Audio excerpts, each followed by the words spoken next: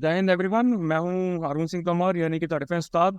और अब हम शुरू करने जा रहे हैं अगस्त 2023 के करंट अफेयर्स की पूरी शीट को मैं डिस्क्राइब करूंगा और आपको बताऊंगा कि भाई अगस्त 2023 में सारी कैटेगरीज से, ये जो सारी कैटेगरीज हैं, इन सारी कैटेगरीज से कौन कौन से करंट अफेयर्स हमारे लिए सबसे ज्यादा जरूरी। ठीक है। तो देखो, अभी तक हमने जून जुलाई के करंट अफेयर्स को कवर किया। अब अगस्त से करने जा रहे हैं। तो अगस्त 2023 से करंट अफेयर्स आपको CDS टू 2024 के लिए करना चाहिए। जनरली आप लोगों को, कई लोगों ने बताया होगा कि भाई 6 महीने के करंट अफेयर्स कर लीजिए, काफ़ी हो जाता है। लेकिन बिलीव मी, अगर जिसने सीरियस तरीके से पूरे पेपर का एनालिसिस किया है वो सीधी सी बात यही बोलेगा आपसे कि 6 महीने के करंट अफेयर्स UPSC के लिए नहीं हो। ठीक है। UPSC तकरीबन साल, 2 साल, 3 साल तक ही पूछ लेता है, लेकिन फिर भी इसमें जो 12 महीने रहते हैं वो काफ़ी ज़्यादा क्रूशियल रहते हैं। मेरी बात मत मानिए, अब बस जाके एनालिसिस कीजिए। पिछले 2-3 बार का CDS का क्वेश्चन पेपर उठाइए और उसका एनालिसिस करेंगे तो भाई सब समझ आएगा, है ना। किसी के भरोसे मत रहा करो, सीधी सी बात है, एनालिसिस किया। चलो, नेशनल एंड डिफेंस से स्टार्ट कर। सबसे पहले भाई हमारा आ रहा है digital personal data protection act 2023। तो प्रेसिडेंट ऑफ इंडिया जो है हमारी द्रौपदी मुर्मू जी, उन्होंने digital personal data protection bill, जिसको TPDP एक्ट 2023 कहा जाता है, उसको एसेंट दे दिया। 2017 में क्या हुआ था, हमारे सुप्रीम कोर्ट ने बोला कि राइट टू प्राइवेसी, कुछ याद आया होगा शायद हाँ, मुझे पता है। ठीक है। ये जो आपका क्या बोलते हैं क्वेश्चन है ना, अगस्त 2023 का पहला जो हमारा करंट अफेयर था, यही इस बार CDS टू 2024 में पूछा गया था कि भाई राइट टू प्राइवेसी जो है वो कौन से जजमेंट के अंडर आता है। तो 2017 में सुप्रीम कोर्ट ने राइट टू प्राइवेसी को एक फंडामेंटल राइट के तौर पे रिकॉग्नाइज किया। किसके बीच में? KS Kotwaswamy versus union of India. ये जो केस था भाई, इसके बीच में, है ना। ये हमारा पॉलिटी के अंदर भी मैंने पढ़ाया था बच्चों को, जजमेंट्स में, और उसके साथ साथ एक करंट अफेयर्स की शीट में तो मैंने डाला ही था। तो यू कैन इमेजिन भाई हमारे करंट अफेयर्स कितने अच्छे आते हैं, बहुत बढ़िया आते हैं भाई। 50% से ज्यादा इस बार आए थे, तो भाई बहुत मजा आता है करने में। ठीक है। अब इसके साथ साथ मैटी जो है भाई, हमारी मैटी यानी कि मिनिस्ट्री जो आपकी IT वाली मिनिस्ट्री है, ठीक है, इन्होंने ये DPDP का बिल जो 2022 का है वो लॉन्च किया था पब्लिक कंसल्टेशन के लिए। ठीक है। जो बाद में जाके भाई हमारा DPDP एक्ट 2023 बना। तो DPDP एक्ट करना क्या चाह रहा है, ये डिजिटल पर्सनल डेटा को रेगुलेट करना चाह रहा है ना। और ये भी इंश्योर करना चाहता है कि इंडिविजुअल्स के जो राइट्स हैं अपने डेटा को प्रोटेक्ट करने के लिए और उसकी प्रोसेस करने के लिए, वो लॉफुल पर्पसेस के लिए यूज किया जाए, उसको इलीगल पर्पसेस के लिए यूज ना किया जाए। ठीक है। कुछ इसमें प्रोविजंस आते हैं, you can go through it. Next आ जाते हैं भाई रिफॉर्मिंग इंडिया क्रिमिनल लॉज। तो गवर्नमेंट ने 3 बिल्स को इंट्रोड्यूस किया लोकसभा में और बोला कि एग्जिस्टिंग जो भाई हमारे क्रिमिनल लॉज हैं उनको हम रिप्लेस करना चाहते हैं। ठीक है। कौन कौन से 3 बिल हैं? पहला बिल आ जाता है भाई आपका भारतीय नागरिक सुरक्षा संहिता बिल। ठीक है। नहीं, पहले, हाँ, ये आपका। ठीक है। देखो, ओवरऑल आपके 3 बिल्स में क्या आएगा, भारतीय न्याय संहिता 2023। ठीक है, सॉरी, ये वाला बिल है सबसे पहला वाला, भारतीय न्याय संहिता बिल। ठीक है, 2023। ये किसको रिप्लेस करेगा? ये करेगा IPC 1860 यानी कि इंडियन पीनल कोड 1860 वाले बिल को। ठीक है। अब देखो, 1834 में क्या हुआ था कि पहला जो इंडिया का लॉ कमीशन था उसको बनाया गया था under the chairmanship of Lord Thomas Babington Macaulay. Lord Macaulay नाम सुना होगा आप लोगों ने काफी। ठीक है। तो ये एग्जामिन करने के लिए उन्होंने बनाया था कि भाई जुरिस्डिक्शन, पावर्स और रूल्स जो एग्जिस्टिंग कोर्ट्स के हैं, पुलिस एस्टेब्लिशमेंट्स के हैं, जो लॉज के हैं, वो इंडिया में कितने लागू हो। ठीक है। उसके बाद इन्होंने एक ड्राफ्ट लेके आए जिसको IPC 1837 कहा गया, यानी कि IPC का जो आपका ड्राफ्ट है इंडियन पिनल कोड का 1837 में आया, जो कि इंग्लिश कॉमन लॉ पे बेस्ड था और कॉलोनियल इंटरेस्ट को दिमाग में रखते हुए बनाया गया। ठीक है। तो जो IPC का एनेक्टमेंट था वो धीरे धीरे धीरे करके भाई आपका रिवाइज होता गया, क्योंकि सबसे पहले 1857 का रिवोल्ट हुआ, उसके बाद में इसको 1860 में लागू किया गया और 1862 से ये जो है आपका फोर्स में आ। दूसरा जो लॉ हमारा आ जाता है, दैट इज आता है भारतीय नागरिक सुरक्षा संहिता 2023। ये किसको करेगा रिप्लेस? ये करेगा कोड ऑफ क्रिमिनल प्रोसीजर। ठीक है। कोड ऑफ क्रिमिनल प्रोसीजर यानी कि CRPC 1973 को रिप्लेस करेगा। CRPC को सबसे पहले 1882 में इनेक्ट किया गया था ब्रिटिश पार्लियामेंट के द्वारा। बहुत सारे अमेंडमेंट्स हुए इसमें, 1898 में अमेंडमेंट हुआ, 1923 में हुआ और फिर 1955 में हुआ। लॉ कमीशन ऑफ इंडिया ने अपनी 41st रिपोर्ट में, ठीक है, एक सिग्निफिकेंट रिवीजन किया कोड में, जिसकी वजह से हमारा CRPC 1973 जो चला है। उसके बाद में लास्ट आ जाता है भारतीय साक्ष्य बिल। ये Indian evidence act, Indian evidence act 1872 को रिप्लेस करेगा। ये जो हमारा एक्ट है 1872 में एक्ट किया गया था to consolidate the laws related to the evidence, जिसमें कोर्ट किसी स्पेसिफिक कंक्लूजन पे आ जाती है और अपना जजमेंट सुनाती है। ठीक है, इनकी डिटेल अभी आगे वाले सितंबर वाले में और डिटेल में आए। उसके बाद आता है CEC and other EC appointment conditions of service and term of office bill 2023। तो रिसेंटली यूनियन गवर्नमेंट ने क्या किया, उन्होंने चीफ इलेक्शन कमिश्नर, ठीक है, and other election commissioner appointment conditions of service and terms of office bill 2023 Rajya Sabha में introduce की। ठीक है, ये क्या करेगा, ये इलेक्शन कमीशन का जो भाई 1991 वाला बिल है, यानी कि इलेक्शन कमीशन, इसमें आपकी कंडीशंस आ जाती हैं, conditions of service of elections आ जाती हैं कमिश्नर्स की, and transaction of business act 1991 जो रहता है, ये उसको रिपील करेगा। इस बिल का एम क्या है, इस बिल का सीधा सा एम है कि जो अपॉइंटमेंट है, कंडीशंस ऑफ सर्विस है, टर्म ऑफ ऑफिस है, किसका, चीफ इलेक्शन कमिश्नर का और बाकी इलेक्शन कमिश्नर, ठीक है, उसको रेगुलेट करना है। ठीक है, एक प्रोसीजर सेटअप करना चाहते हैं for the transaction of business by the election commission and matter connected therewith और इंसिडेंटल विद इट। सीधी सी बात है ना, मतलब कि ये लोग इस चीज को रेगुलेट करना चाहते हैं।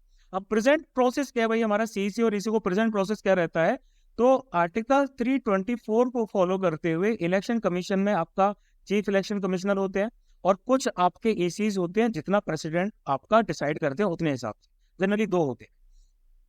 ठीक है, अब सुप्रीम कोर्ट ने एक जजमेंट लेके आए थे, उसको कहा जाता है अनूप बर्नवाल वर्सेस इंडिया। ठीक है, इस जजमेंट में ये बोला कि जो प्रेसिडेंट ऑफ इंडिया है वो CEC को अपॉइंट करेंगे और EC को अपॉइंट करेंगे, ECs को on the advice of a committee, एक कमेटी के एडवाइस पे भाई जो है उनको अपॉइंट किया जाएगा। अब एक कमेटी में कौन कौन होता है, इस कमेटी में भाई हमारे PM होते हैं, ठीक है, लीडर ऑफ अपोजिशन पार्टी होते हैं, लोकसभा, ठीक है, राज्यसभा के नहीं, और अगर leader of opposition party available नहीं है तो leader of the largest opposition party जो लोकसभा में होती है न्यूमेरिकल स्ट्रेंथ में, उनको देखा जाता है, और उसके साथ साथ CJI यानी कि चीफ जस्टिस ऑफ इंडिया। ठीक है, तो SC की रूलिंग तक इलेक्शन कमिश्नर्स और CCs जो है वो प्रेसिडेंट के द्वारा अपॉइंट किए जाते हैं, लेकिन इस कमेटी की रिकमेंडेशंस के बाद, यानी कि रिप्रेजेंटेशन सबको बराबर दिया जाए। अब नए अपॉइंटमेंट प्रोसीजर में क्या बोला जा रहा है कि जो हमारे CEC हैं, चीफ इलेक्शन कमिश्नर्स हैं, और जो ECs हैं, इनको अपॉइंट किया जाएगा प्रेसिडेंट के द्वारा। ठीक है, लेकिन एक सिलेक्शन कमेटी आपकी दूसरी जो है उसका गठन होगा। तो फिर सिलेक्शन कमेटी में कौन होगा, इसमें होंगे भाई हमारे PM जो कि चेयरपर्सन होंगे, लीडर ऑफ अपोजिशन भी होंगे इसमें, ठीक है, मेंबर के तौर पे, एक यूनियन कैबिनेट मिनिस्टर भी होगा भाई, ठीक है, जो कि प्राइम मिनिस्टर के द्वारा नॉमिनेट किया जाएगा। तो इसमें क्या हो रहा है कि भाई देखा जाए तो फिर जो रूलिंग पार्टी है उसकी ज्यादा चलेगी। ठीक है, अब लीडर ऑफ अपोजिशन अगर लोकसभा में रिकॉग्नाइज नहीं किया गया तो वही सेम चीज रहेगी कि single largest opposition party Lok Sabha में इस रूल को एज्यूम करेगी। ठीक है, अब अगर हम टर्म ऑफ ऑफिस की बात करें, वैसे तो ये पॉलिटी में पढ़ा रखा है, फिर भी बताता हूँ, टर्म ऑफ ऑफिस की बात करें तो जो भाई हमारे चीफ इलेक्शन कमिश्नर्स होते हैं और बाकी इलेक्शन कमिश्नर होते हैं, वो 6 साल के लिए भाई अपना ऑफिस होल्ड करते हैं। ठीक है, या फिर अगर उनकी 65 ईयर्स एज हो जाती है तो भाई तब तक करते, जो भी पहले आ जाता है। ये रीअपॉइंटमेंट इनका नहीं होता है। जब भी किसी इलेक्शन कमिश्नर को CC बनाया जाता है तो उनका जो टर्म ऑफ ऑफिस रहता है वो 6 साल से ज्यादा नहीं होता, कंबाइंड EC और CC दोनों मिला के।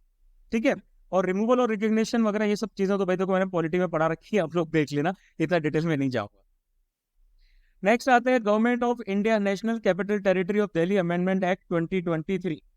ठीक है, तो पार्लियामेंट ने government of national capital territory of Delhi amendment act 2023 जो है उसको पास किया है।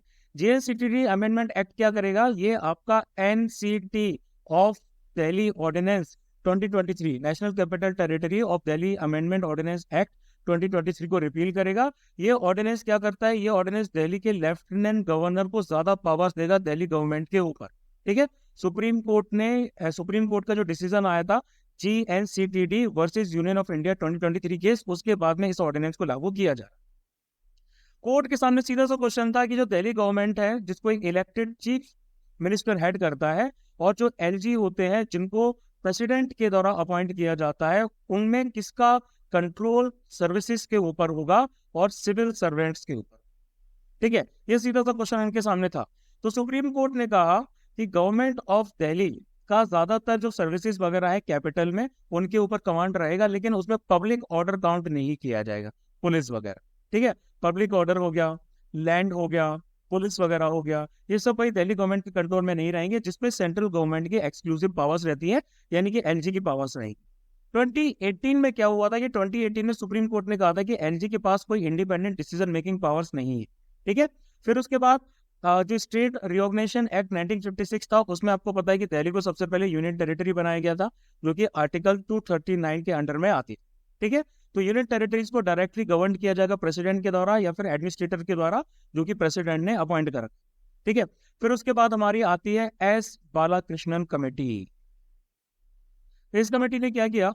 इस कमेटी ने ये रिकमेंडेशन दी कि भाई 69th कॉन्स्टिट्यूशनल अमेंडमेंट को फॉलो, मतलब रिकमेंडेशन दी, और उसके बाद 69th constitutional amendment act of 1991 इसको फॉलो करते हुए स्पेशल स्टेटस दिया गया दिल्ली पे, और उसको national capital territory of Delhi NCTD घोषित किया गया। ठीक है, तो इसके जरिए एक आर्टिकल आया 239A कॉन्स्टिट्यूशन में, और दिल्ली को यूनियन टेरिटरी बनाया गया, जिसका एक लेजिस्लेचर भी होगा, जिसका काउंसिल ऑफ मिनिस्टर्स भी हो।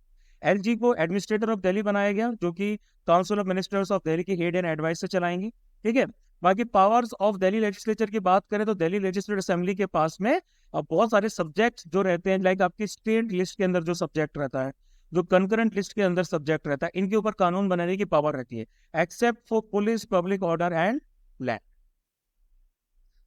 नेक्स्ट आता है registration of birth and death amendment act 2023। तो रिसेंटली ये जो एक्ट है, इसने registration of birth and death act 1969 इसको अमेंड किया है। ठीक है, इसको पास किया गया भाई, हमारा नया एक्ट जो पास हुआ है, इसमें क्या होगा कि जो रेगुलेशन होगा किस चीज का, रजिस्ट्रेशन ऑफ बर्थ का एंड डेथ इन इंडिया। ठीक है, यानी कि इसमें registrar general and census commission जो है इंडिया का, ठीक है, रजिस्ट्रार जनरल ऑफ इंडिया जो है सेंट्रल, अरे यार मैं रिफ्रेश नहीं कर पा रहा इसको, इसमें अपॉइंटमेंट की बात कही गई है रजिस्ट्रार जनरल ऑफ इंडिया की। ठीक है, सेंट्रल गवर्नमेंट जो है इस एक्ट को इम्प्लीमेंट करते हुए उनको क्या करेंगी, उनको अपॉइंट करेंगी।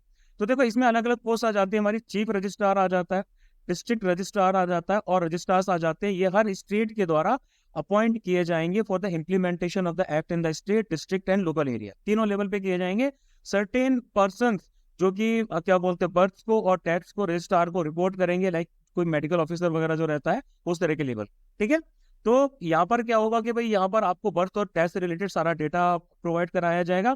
किसी भी घर में कोई बर्थ हो रहा है, कोई डेथ हो रहा है, तो फिर हेड ऑफ द हाउस की जो ड्यूटी है, या फिर हॉस्पिटल में जो मेडिकल ऑफिसर है, वो रिस्पॉन्सिबल रहेंगे कि भाई ये जाके सरकार को बताएं कि भाई इतने लोग पैदा हुए, इतने लोग मरे। ठीक है, तो फिर ये चीज होती है, ये हमारा पूरा प्रोसेस आता है कंकरेंट लिस्ट के अंदर। ठीक है, registrar general and consensus census commissioner of India की बात करें, 1961 में इसका उद्भव हुआ था, मिनिस्ट्री ऑफ होम अफेयर्स के अंडर में ये आती है। उसके बाद आते हैं एडवोकेट्स अमेंडमेंट बिल 2023। ठीक है, तो ये जो बिल है इसको राज्यसभा ने पास किया है to make the act of tout, tout का एक एक्ट होता है, उसको पनिशेबल बनाने के लिए, है ना, और सर्टेन प्रोविजंस हैं उनको लीगल प्रोटेक्शनर एक्ट 1879 से हटाने के लिए, जो कि अब हो चुका है ऑब्सोलेट। ठीक है, बिल में ये बोला गया है कि भाई हाई कोर्ट जो है, हर हाई कोर्ट और जो डिस्ट्रिक्ट जज हैं वो अपने हिसाब से लिस्ट ऑफ टाउट्स बना सकते हैं। ठीक है, टाउट्स का मतलब क्या होता है? टाउट का मतलब ऐसा होता है कि एक ऐसा इंसान जो कि या तो प्रपोज करता है, ठीक है, टू प्रोक्योर और procures the employment of a legal practitioner in return of any payment. ठीक है, जो कि किसी भी तरीके से कोई लीगल प्रैक्टिशनर है उसको पेमेंट के तौर पे उसकी सर्विसेज को प्रोक्योर करता है। ठीक है, तो ऐसे पर्सन जो इस लिस्ट ऑफ टाउट्स में मेंशन रहेंगे उनको कोर्ट प्रीमाइसेस से एंटर होने से रोक दिया जाए। उसके बाद आते हैं आयुष्मान भारत माइक्रोसाइट प्रोजेक्ट। मिजोरम भाई जो हमारा है, ये पहला स्टेट बन गया है आयुष्मान भारत माइक्रोसाइट प्रोजेक्ट को लागू करने वाला। ठीक है, माइक्रोसाइट क्या होता है? माइक्रोसाइट आपका एक क्लस्टर होता है स्मॉल और मीडियम स्केल क्लिनिक्स का, नर्सिंग होम्स का, हॉस्पिटल्स का, जिसमें 10 से कम आपके बेड पाए जाते हैं, लैब्स होती हैं, फार्मेसीज होती हैं, बाकी हेल्थ केयर फैसिलिटीज होती हैं जो कि एबीडीएम इनेबल्ड होती हैं और डिजिटल हेल्थ सर्विसेज पेशेंट्स को उपलब्ध कराती है। ठीक है, तो नेशनल हेल्थ अथॉरिटी यानी कि NHA 2023 में इन्होंने 100 microsites project Ayushman Bharat digital mission ABDM के अंडर में लॉन्च किए।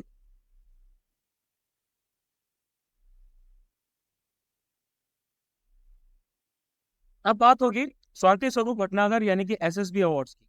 तो एसएसबी अवार्ड आपके 2021 में रिकमेंडेशन वाले नहीं थे, अनाउंस नहीं किए गए थे, और 2023 की जो अवार्ड्स थे उनका नॉमिनेशन भी भाई आपका क्या कर दिया गया था, रोक दिया गया। तो एसएसबी अवार्ड्स जो है वो एनुअली प्रोवाइड कराए जाते हैं आउटस्टैंडिंग रिसर्च के लिए, जो कि फंडामेंटल अप्लाइड या फंडामेंटल रिसर्च जो रहती है आपकी 7 डिसिप्लिन्स में, बायोलॉजिकल साइंसेस हो गए, केमिकल साइंसेस हो गया, earth, atmosphere, ocean and planetary sciences, engineering sciences, mathematical sciences, medical sciences and physical science. ठीक है, तो डॉक्टर स्वाति स्वरूप भटनागर जो फाउंडर और डायरेक्टर थे council of scientific and industrial research, उनको पद्म भूषण 1947 में दिया गया। उसके बाद आगे आएंगे नीति टू बिकम IIM मुंबई। तो national institute of industrial training, national institute of industrial engineering, basically NITIE जो है ये इसको रिब्रांड किया जा रहा है और इसको अब IIM मुंबई के अंडर में लाया जाएगा, यानी कि इसको IIM मुंबई के तौर पे रिकॉग्नाइज किया जाए। ठीक है, जो भी प्रोस्पेक्टिव स्टूडेंट्स हैं जो कि नीति के MBA प्रोग्राम्स को ज्वाइन करना चाहते हैं, उनको common aptitude test, admission test जो कैट होता है वो देना पड़ेगा। नेक्स्ट आता है president Droupadi Murmu to launch project 17 frigate Vindhyagiri. ठीक है, तो प्रेसिडेंट जो द्रौपदी मुर्मू है वो बिंदगिरी यानी कि प्रोजेक्ट 17A का जो फ्रिगेट है उसको 17 अगस्त को लॉन्च उन्होंने मतलब करेंगी, अभी के हिसाब से करेंगी, वैसे कर दिया है। क्योंकि कहाँ पर ये आपका हो रहा है, GRSE Kolkata, garden reach ship builders and engineers limited. ठीक है, जैसा कि इंडियन नेवी ने अनाउंस किया है। तो इस फ्रिगेट को कर्नाटक की जो माउंटेन रेंज है उसके नाम पर नाम दिया गया। ठीक है, और ये इसके अंडर में प्रोजेक्ट 17 फ्रिगेट प्रोग्राम का 6th शिप है। इसके साथ साथ 4 और शिप्स इसमें आपके पहले से ऑलरेडी आ चुके हैं जो कि मजगांव डॉक लिमिटेड ने बनाए हैं। और एक सेकेंड, हाँ इसमें अच्छा ये 6 शिप है टोटल, आपके 7 आएंगे शायद। इसमें 4 आपके मजगांव डॉक लिमिटेड ने बना दिए हैं और 3 जो हैं वो GRSE बनाए। ठीक है, तो प्रोजेक्ट 17 के जो फ्रिगेट्स है ना ये हमारे शिवालिक क्लास को बिलोंग करते हैं। ठीक है, स्टेल्थ कैपेबिलिटीज काफी इंप्रूव्ड है, एडवांस वेपन्स है, सेंसर्स है, प्लेटफॉर्म मैनेजमेंट सिस्टम्स है, जिससे उनका ऑपरेशनल इफेक्टिवनेस और स्ट्रेटेजिक रेलेवेंस काफी बढ़ जाता है। उसके बाद आता है indigenous 105 mm light field guns debit at Independence Day. ठीक है, तो 77 इंडिपेंडेंस डे सेलिब्रेशंस जो दिल्ली में रेड फोर्ट के पास में हुआ, उस दौरान क्या हुआ, इंडिजिनियस यानी कि हमारी जो हमने खुद बनाई है 105 mm लाइट फील्ड गन्स, उनको सेरेमोनियल गन सैल्यूट के लिए यूज किया गया। इसके जरिए ब्रिटिशर्स की जो 25 पाउंडर गन्स थी उनको रिप्लेस किया गया। तो ये जो इंडिजीनियस गन्स हैं ये 21 gun salute Republic day parade के दौरान भी इन्होंने दिया था। ठीक है, इसमें स्पेशली डिजाइन कार्ट्रिजेस होते हैं जो कि फायरिंग साउंड्स क्रिएट करते हैं, एक्चुअल गोलाबारी कहीं नहीं की जाती। उसके बाद नेक्स्ट बढ़ते हैं विश्वकर्मा योजना की तरफ। तो PM नरेंद्र मोदी ने इंडिपेंडेंस डे एड्रेस में एक नई योजना को स्टार्ट किया, उसका नाम दिया विश्वकर्मा योजना। ये एक ऐसा स्कीम है जो कि ट्रेडिशनल वर्कर्स के लिए आपके बनाई गई है। ठीक है, ट्रेडिशनल वर्कर्स के लिए बनाई गई है। इसमें बहुत सारे प्रोफेशनल्स आ जाते हैं, लाइक सुनार जिनको गोल्ड स्मिथ कहते हैं, आयरन स्मिथ, लोहार, वॉशरमैन, धोबी, हेयर ड्रेसर्स यानी कि नाई, मैसन्स यानी कि जो कारीगर वगैरह होते हैं। ठीक है, प्राइमरीली OBC क्लास को इस पे फोकस किया गया है। ये स्कीम विश्वकर्मा जयंती सितंबर 17 को लॉन्च की जाए। ठीक है, इसमें एक इनिशियल एलोकेशन आपका 13,000 से लेके 15,000 करोड़ का डाला गया है। ठीक है, ये स्कीम विश्वकर्मा जयंती पर जो कि सितंबर 17 को ऑब्जर्व की जाती है तब लॉन्च की जाएगी। विश्वकर्मा जयंती आप सबको पता है कि हिंदू देवता विश्वकर्मा जी के लिए उनको डेडिकेटेड है, जो कि डिवाइन आर्किटेक्ट एंड क्राफ्ट्समैन माने जाते हैं। उसके बाद आगे आएंगे India first 3D printed post office. तो इंडिया ने पहला 3D प्रिंटेड पोस्ट ऑफिस जिसको वर्चुअली इनॉग्रेट किया यूनियन मिनिस्टर अश्विनी वैष्णव ने बेंगलुरु के कैम्ब्रिज लेआउट। ठीक है, ये पोस्ट ऑफिस आपका लार्सन एंड टर्बो लिमिटेड ने सिर्फ यानी कि L&T ने 43 डेज में बनाया।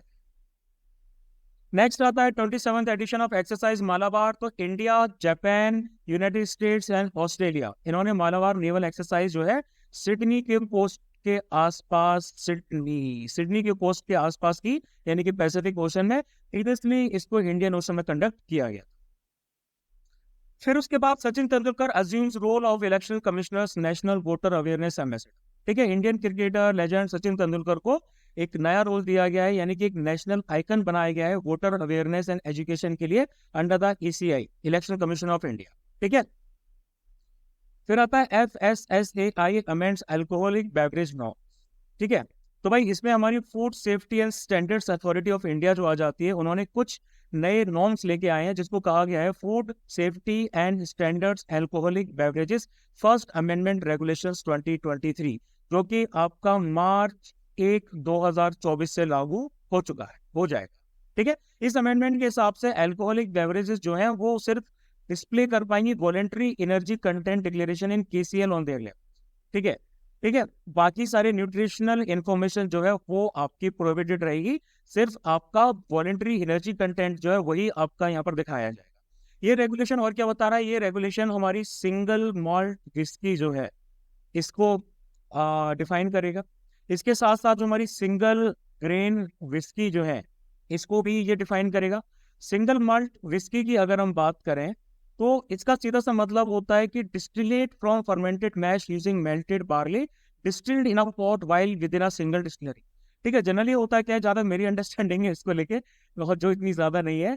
तो भाई एक आपकी फसल उगाई जाती है, उस फसल का जितना भी अनाज होता है उसको फर्मेंट करके जो विस्की आपकी बनाई जाती है वो सिंगल माल्ट विस्की में काउंट की जाती है ना। अब हर फसल में भाई थोड़ा बहुत अंतर आता है ना, साल 2024 की फसल होगी अलग होगी, 2025 की होगी वो अलग होगी, तो हर फसल में भाई क्या होता है कि हवा पानी आपका अलग अलग तरीके से लगता है, तो उसी हिसाब से इनमें थोड़ा चेंजेस आते रहते हैं। और बाकी जो हमारी रेगुलराइज विस्कीज या बाकी सब रहता है उनमें कंपोनेंट्स वगैरह फिक्स रहते हैं कि भाई हाँ इनका कंपोनेंट जो रहेगा वो फिक्स रहेगा। ठीक है, और वही सिंगल ग्रेन विस्की की बात करें तो यहाँ पर क्या होता है कि ये फर्मेंटेड मैश से ऑब्टेन की जाती है, जो कि मेल्टेड या अनमाल्टेड ग्रेन के द्वारा यूज की जाती है। एक सिंगल डिस्टिलरी में इसको भी प्रोड्यूस किया जाता है। रेगुलेशंस का सीधा सा एम ये है कि क्लैरिटी देना लेबलिंग रिक्वायरमेंट्स के लिए, अलग अलग तरह की विस्कीज के लिए। आगे आ जाते हैं एक्सरसाइज ब्राइट स्टार 2023।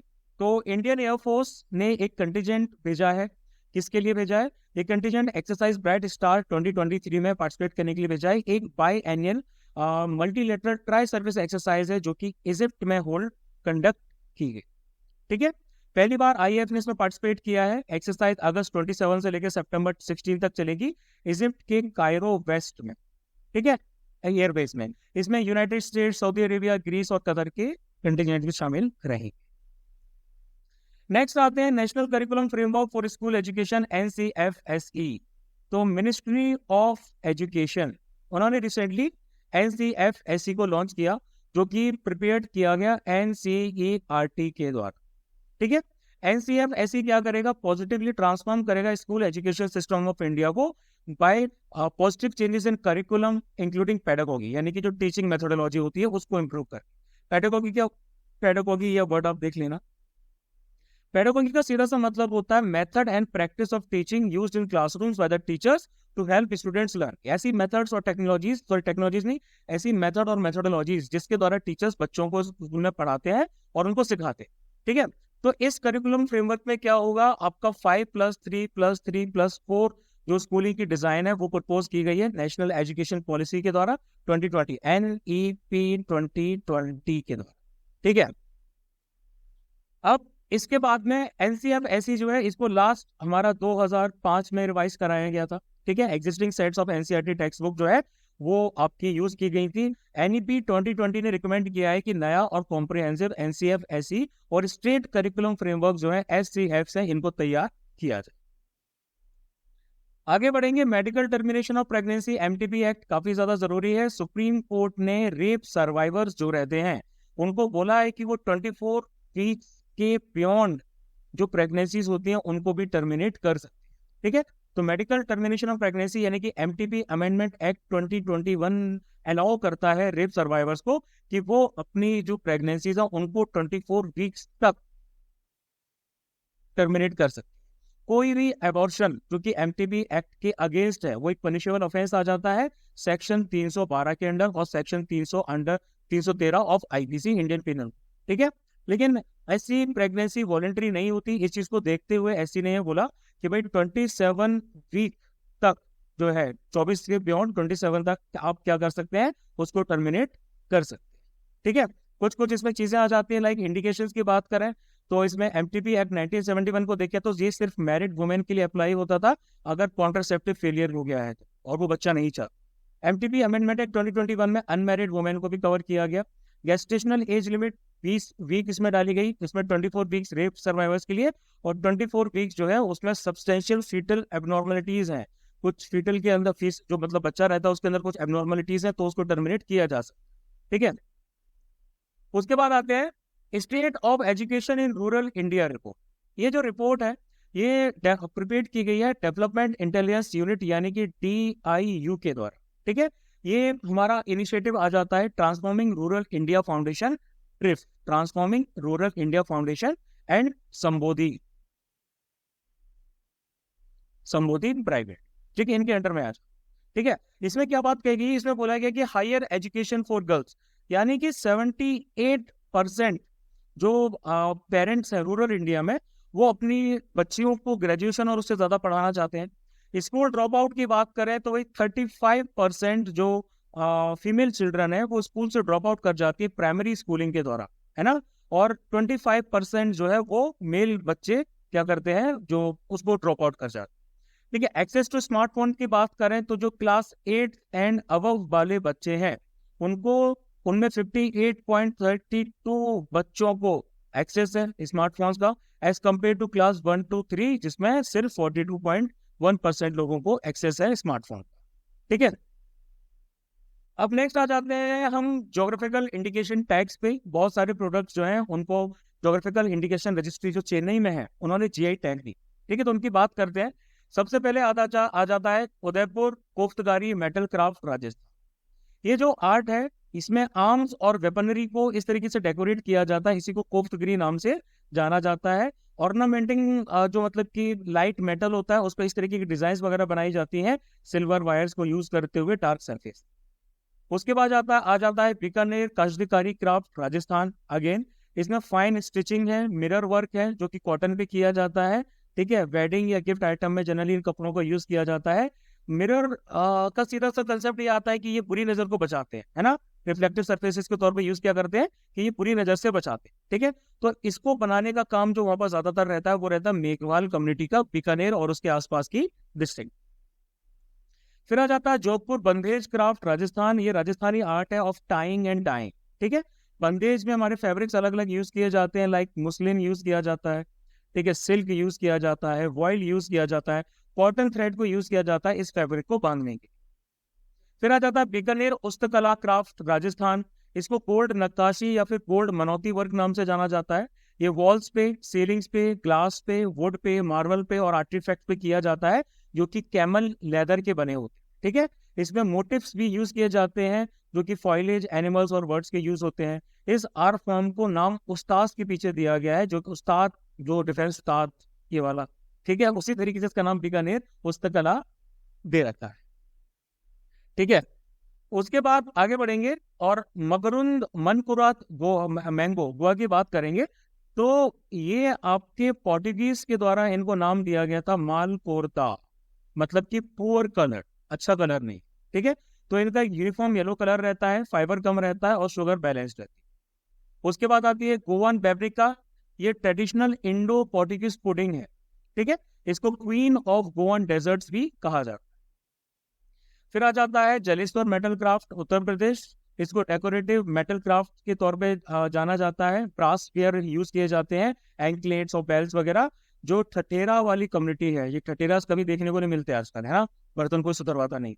ये जनरली एक ऐसे मोहल्ले में, लोकेलिटी में रहते हैं और इनको हाथुरास नाम दिया जाता है, वही इस प्रोडक्ट को बनाते हैं। उसके बाद आ जाता है मट्टी बनाना, कन्याकुमारी तमिलनाडु। मट्टी बनाना को बेबी बनाना भी कहा जाता है और इसको डिस्टिंक्ट फ्रेगनेंस और हनी लाइक टेस्ट के लिए जाना जाता है। लो टोटल सॉल्युबल सॉलिड कंटेंट होता है जिसको TSSC कहा जाता है और ये बच्चों के लिए काफी ज्यादा रिकमेंड किया जाता है। ठीक है, टिपिकल बनाना में क्या होता है कि बंचेस आपके स्ट्रेट उगते हैं, लेकिन मट्टीज में फिंगर्स लाइक एग्जिबिट जो रहते हैं वो आपके ऐसे दिखते हैं जिससे ये देखने को भी लगता है कि भाई ये हवा के द्वारा उड़ाए गए।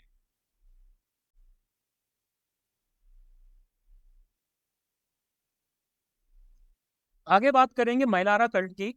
तो रिसेंटली कुछ स्कल्पचर्स जो है वो कर्नाटक में आपकी डिस्कवर की गई है, जिससे पता चलता है कि भाई मैलारा कल्ट जो है वो कर्नाटक में भी एग्जिस्ट करता है। ठीक है, ये जो मेंबर्स हैं इसके, ये मैलारा की वर्शिप करते हैं। मैलारा एक फोक डेटी है, एक देवता है, ठीक है, जिनको भगवान शिव का ही एक मैनिफेस्टेशन यानी कि एक रूप माना जाता है।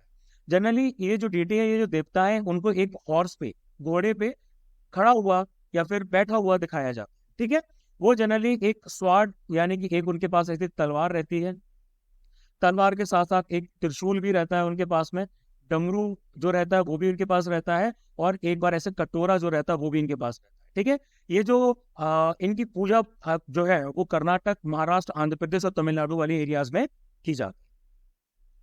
आगे बढ़ेंगे, सीताकली फोक आर्ट की बात करेंगे। सीताकली एक सेंचुरीज ओल्ड फोक आर्ट है जो कि ओरिजिनेट हुई थी पेरिनाड में। पेरिनाड कहाँ पर पड़ता है भाई? पेरिनाड लाई करता है कोल्लम डिस्ट्रिक्ट ऑफ केरल। ठीक है, ये एक हार्वेस्ट फेस्टिवल जो ओनम रहता है उसी दौरान इसको परफॉर्म किया जाता है।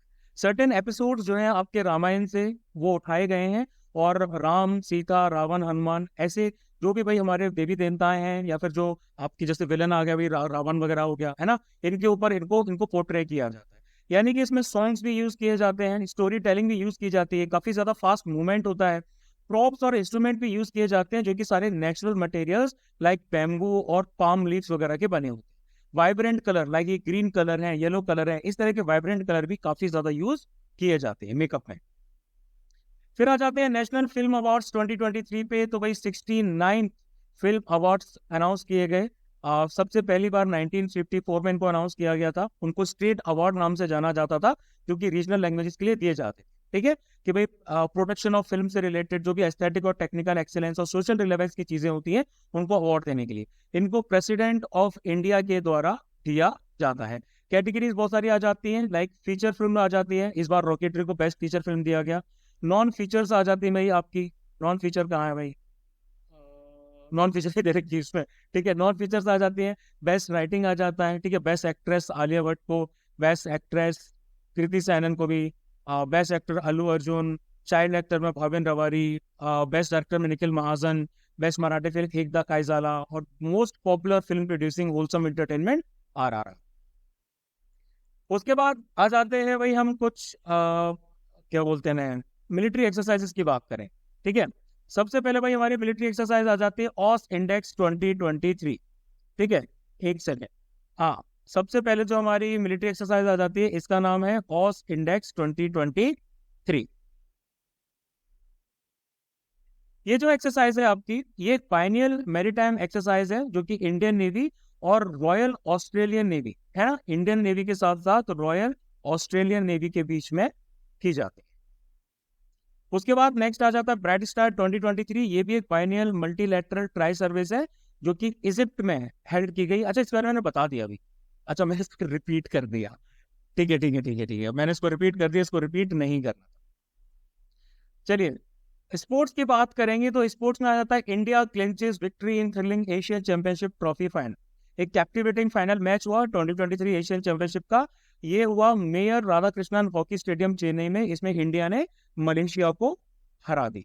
ठीक है, कितने से हरा दिया? 4-3। उसके बाद चेस वर्ल्ड कप 2023 की बात करेंगे तो Indian grand master Ramesh Babu Praggnanandhaa, इन्होंने सेकंड प्लेस में फिनिश किया of the international chess federation world cup FIDE world cup 2023। आगे आ जाते हैं इंटरनेशनल करंट अफेयर्स पे। सबसे पहला करंट अफेयर है हमारा सिल्क रोड स्टर। ठीक है, चाइना का BRI, जिसको one belt one road OBOR initiative के नाम से जाना जाता है, एक एम्बिशियस ग्लोबल इंफ्रास्ट्रक्चर डेवलपमेंट और इन्वेस्टमेंट स्ट्रेटेजी 2013 में इसको चाइनीज प्रेसिडेंट जी जिनपिंग ने लॉन्च किया था। ये इनिशिएटिव क्या करना चाहता है? ये इनिशिएटिव आपका एशिया को और यूरोप को कनेक्ट करना चाहता है वाया अफ्रीका। ठीक है, अफ्रीका को भी इस लूप में इन्होंने लिया है, उसके द्वारा कनेक्ट करना चाहते हैं, एक नेटवर्क बनाना चाहते हैं इंफ्रास्ट्रक्चर प्रोजेक्ट्स का। इसमें रोड्स, रेलवे, पोर्ट्स और बाकी फैसिलिटीज आ जाती। ठीक है, तो BRI के 10th एनिवर्सरी सेलिब्रेशंस को देखते हुए चाइना ने नए प्रोजेक्ट्स लॉन्च किए हैं जिसको कहा गया है सिल्क रोड्स। उसके बाद आते हैं बिजनेस 20 यानी कि B20 summit held in new Delhi. तो थीम इस बार की समिट का रहा रेस। ठीक है, responsible, accelerated, innovative, sustainable and equitable business. G20 को 2010 में स्टेब्लिश किया गया था as the official G20 dialogue forum with global business community, यानी कि G20 के अंडर में ही इसको आपका स्टेब्लिश किया गया था, लेकिन बिजनेस कम्युनिटीज के लिए। ठीक है, इसमें policy makers, business leaders, experts जो वर्ल्ड से आते हैं और P20 यानी कि जो भाई P20 इंडिया कम्युनिटी है उसके ऊपर डिस्कस करते हैं। उसके बाद बात होगी पनामा कैनाल। शिपिंग डिस्ट्रप्शंस जो हैं वो ड्रॉट हिट पनामा कैनाल पे पाए गए। ठीक है, पनामा कैनाल क्या है? ये एक कंस्ट्रक्टेड वाटरवे है, यानी कि ये जो पार्ट है आपका, ये तो हमारा आ जाता है एस्थमस। एस्थमस तो आप लोगों को शायद पता हो, ज्योग्राफी में पढ़ा हो, है ना। एस्थमस यानी कि एक ऐसा जगह होता है जो कि दो बड़े लार्ज लैंड मासेस को एक पतली सी जमीन जोड़ती है। तो इसी जमीन में क्या कर रखा है, एक कैनाल बना रखी है जिसको हम बोलते हैं पनामा कैनाल। ओवरऑल इसको पनामा एस्थमस भी बोला जाता है। तो पनामा कैनाल क्या है कि भाई आपका एक वाटरवे है जो कि अटलांटिक और पैसिफिक ओशन को क्या करता है, ज्वाइन करता है। ठीक है, साउथ पैसिफिक ओशन और नॉर्थ अटलांटिक ओशन को ज्वाइन करने का काम करता है। यहाँ से शिप्स वगैरह क्या करते हैं, पास करते हैं, उनको ये लंबा रूट नहीं लेना होता, वो डायरेक्टली यहाँ से जा सकते हैं। ठीक है, जो लेंथी और हजार्डस वॉयज है जो कि केप हॉर्न के आसपास से जाती है, southern tip of south America से जाती है, ये जो हॉर्न आपका बना रखा है यहाँ से नहीं जाए। तो पनामा कैनाल क्या करती है, तकरीबन 2000 पोर्ट्स को एक 170 कंट्रीज में कनेक्ट करती है। पनामा एक एस्थमस है जो कि नॉर्थ और साउथ अमेरिका को कनेक्ट करता है। एस्थमस जो मैंने आपको बता दिया, एक नैरो स्ट्रिप ऑफ लैंड होती है जो लार्जर लैंड मासेस को कनेक्ट करते हैं। इसमें हमारा सुएज कैनाल भी आ जाता है। सुएज कैनाल कहाँ बन रखा है, जो आपका एस्थमस ऑफ सुएज पे बन रखा है ना। ये दोनों काफी ज्यादा फेमस है। ठीक है, लेकिन ये स्ट्रेट से अलग होते हैं। स्ट्रेट्स क्या होती है, स्ट्रेट्स आपकी दो ऐसी बॉडीज के बीच में थोड़ा सा निकलने वाला पानी वाला रास्ता होता है, वो हमारा स्ट्रेट होता है। ठीक है, जैसे कि स्ट्रेट ऑफ गिब्रल्टार हो गया जो कि यूरोप और अफ्रीका को जोड़ता है ना, मेडिटेरियन सी और अटलांटिक ओशन को जोड़ने का काम करता है। उसके बाद आते हैं भाई फाल्कन शील्ड 2023, तो चाइना और यूएई। ठीक है, ये लोग क्या करना चाहते हैं, अपने डिफेंस और सिक्योरिटी कॉपरेशन को बढ़ा रहे हैं ज्वाइंट मिलिट्री ड्रिल्स के द्वारा, आर्म्स डील के द्वारा। तो इन्होंने फाल्कन शील्ड 2023 जो है उस ये चाइना के जिंगजियांग उइगर ऑटोनोमस रीजन में कंडक्ट की जाएगी। ब्रिक्स एक्सपेंशन की बात करेंगे तो भाई यहाँ से तो डायरेक्ट क्वेश्चन आपका CDS 2024 में आया ही था। ठीक है, ब्रिक्स एक्सपेंशन में 15th BRICS summit first in person meeting 29 के बाद से जो हुई है, कोविड की वजह से नहीं हो पाई थी, ये जोहान्सबर्ग साउथ अफ्रीका में कंडक्ट की। ठीक है, साउथ अफ्रीका ने थीम को चूज किया है। थीम भाई क्या थी, थीम थी BRICS and Africa partnership for mutually accelerated growth, sustainable development and inclusive multilateralism for the summit. इसको भाई इन लोगों ने चूज किया। ठीक है, तो ब्रिक्स लीडर के अलावा साउथ अफ्रीका ने तकरीबन 55 जो मेंबर्स हैं अफ्रीकन यूनियन के, उनको भी वही बुलाया था इस इवेंट के लिए, और 20 बाकी लीडर्स एशिया, साउथ अमेरिका और स्मॉल आइलैंड स्टेट से भी बुलाए, जो कि ग्लोबल साउथ को क्या करेंगे, इस समिट में रिप्रेजेंट करेंगे। ठीक है, मतलब छोटे मोटे और भी बहुत ज्यादा इवेंट होते रहेंगे। तो ब्रिक्स के अलायंस की अगर हम बात करें तो इसमें ब्रिक्स के अलायंस में कौन कौन आ जाता है, ब्राजील आ जाता है, रशिया आ जाता है, इंडिया आ जाता है, चाइना आ जाता है, साउथ अफ्रीका आ जाता है। ठीक है, 6 एडिशनल कंट्रीज को भी बुलाया गया। इन एडिशनल कंट्रीज में भाई हमारी ईरान है, ईरान के साथ साथ यूएई है, सऊदी अरेबिया को बुलाया गया, अर्जेंटीना को बुलाया गया, इजिप्ट को बुलाया गया और इथोपिया को भी बुलाया गया। ठीक है, कि भाई ये भी इस समिट को ज्वाइन करेंगे जोहान्सबर्ग साउथ अफ्रीका में। इसका जो एक्सपेंशन है ना वो जनवरी से स्टार्ट हो जाएगा, यानी कि इससे ब्रिक्स का रिप्रेजेंटेशन वर्ल्ड में डेवलपिंग जो कंट्रीज है उसमें बढ़ेगा और उसका एक इन्फ्लुएंस कलेक्टिव वॉइस के तौर पे और भी जगह पर पहुंचेगा। ठीक है, तो ये जो मूव है, इस मूव में एक चीज और देखी जा रही है कि भाई चाइना का जो ग्रोइंग कंट्रोल है अलायंस के अंदर, है ना, कि भाई जैसे जैसे मेंबरशिप बढ़ रही है, चाइना का भी क्या था कि काफी ज्यादा इन्फ्लुएंस बढ़ रहा था, तो उसको काउंटर करने के लिए भाई और कंट्रीज को ऐड किया जा रहा है। ठीक है, ब्रिक्स हमारी 40% या फिर 41% के आसपास का वर्ल्ड के पॉपुलेशन को रिप्रेजेंट करता है, यानी कि आप क्वार्टर तकरीबन 25% ऑफ ग्लोबल जीडीपी, और ये वेस्टर्न डोमिनेंस को चैलेंज करना चाहता है, खुद को एक काउंटर वेट के तौर पे यूज करना चाह रहा है as alternative of forums like G7 and World Bank. ठीक है, तो इस एक्सपेंशन के पूरे जियोपॉलिटिकल इंप्लीकेशंस और पॉलिटिकल कॉन्सिक्वेंसेज है, यानी कि इंडिया का जो कद है वो अब और ज्यादा बढ़े। उसके बाद आ जाते हैं ओशन शील्ड 2023। तो रशिया ने एक live fire naval exercise Baltic sea के अंदर कंडक्ट की। ठीक है, जिससे नेबरिंग यूरोपियन नेशंस हैं वो काफी ज्यादा ट्रिगर्ड हो चुके हैं। ओशन शील्ड 2023 एक्सरसाइज जो है ना, इसमें वेरियस टैक्टिकल एक्सपेक्ट्स लागू किए जाएंगे। पार्टिसिपेटिंग जो फोर्सेज है ना, वो सी लेज को सेफ गार्ड करेंगी, ट्रांसपोर्ट ट्रूप्स को ट्रांसपोर्ट करेंगे, कोस्ट लाइंस को डिफेंड करेंगे। ये जो पूरी कॉम्प्रिहेंसिव ट्रेनिंग है, ये रशिया के एम्फेसिस के तौर पे देखा जा रहा है कि वो अपनी मैरीटाइम सिक्योरिटी और मिलिट्री प्रोनेस को बाल्टिक सी में किस तरीके से दिखा रहा है। उसके बाद आएंगे भूटान की तरफ। Bhutan tiger population search. Bhutan ने एक रिमार्केबल कंजर्वेशन सक्सेस हासिल किया है, यानी कि इनकी जो टाइगर पॉपुलेशन है वो 27% बढ़ गई है एज 2015 को, अगर हम बेस लाइन देखते हैं तो मोस्ट रिसेंट सर्वे जो 2020 और 2021 में कंडक्ट किया गया था, उसके हिसाब से 131 एस्टिमेटेड करंट पॉपुलेशन है टाइगर्स की भूटान के अंदर। ये जो अचीवमेंट है ना, इसमें रॉयल गवर्नमेंट ऑफ भूटान, इसके साथ साथ कुछ लोकल पार्टनर्स आ जाते हैं और non government organisation like WWF Bhutan भी आ जाती है। ठीक है, एक successful cross border tiger conservation programme जो है वो इंडिया के साथ भी किया गया in the trans boundary Manas conservation area, TRAMCA। इसी की वजह से भी भाई क्या है कि दोनों साइड से भूटान में, इंडिया में 2010 के रिस्पेक्ट में देखा जाए तो टाइगर्स में बढ़ोतरी देखी गई। उसके बाद आते हैं what is Chowpatty, the period हट रिचुअल ऑफ नेपाल। चौपाटी एक एंशिएंट प्रैक्टिस है नेपाल है, जिसमें वुमेन और गर्ल्स को अनक्लीन माना जाता है, अनटचेबल माना जाता है मेंस्ट्रुएशन के टाइम, है ना। तो उनको अलोन एक इस तरह की पीरियड हट जिन्हें कहा जाता है उसमें रखा जाता है उनके मेंस्ट्रुअल पीरियड्स के दौरान, जिसकी वजह से कई बार डेंजरस सिचुएशन ऑफ फर्टिलिटीज भी हो जाती। आगे बढ़ेंगे, बात करेंगे सुलीना चैनल की। एक ओवरनाइट ड्रोन स्ट्राइक हुई और रशिया ने पोर्ट्स और ग्रेन स्टोरेज जो है यूक्रेन के डैन्यूब रिवर के आसपास उनको उस पर फोकस किया। ठीक है, तो ये जो डैन्यूब डेल्टा है ये एक अल्टरनेट पैसेज के तौर पे सामने आया है यूक्रेन के लिए। ठीक है, यूक्रेन का जो ग्रेन ट्रेड था काफी ज्यादा इफेक्ट हुआ, क्योंकि रशिया ने जो ब्लैक सी की ग्रेन डील थी उससे पीछे हाथ खींच लिए, मैंने पिछली बार आप लोगों को बताया था, है ना।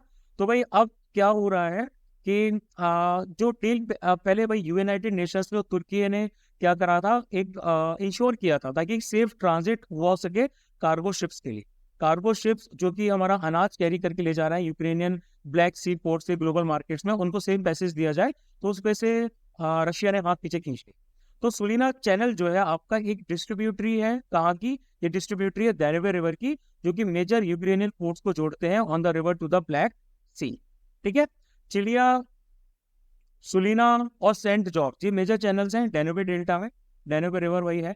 ठीक है, इस तीनों में से सुलीना चैनल जो है ये काफी ज्यादा डीप है, काफी ज्यादा वाइड है, जिससे फ्राइट ट्रांसपोर्ट हो सकता है। ये रोमानिया के अंदर लाई करता है ना, ये कंप्लीटली क्या करता है भाई, आपका रोमानिया के अंदर लाई करता है, ये जो कि एक नेटो मेंबर है।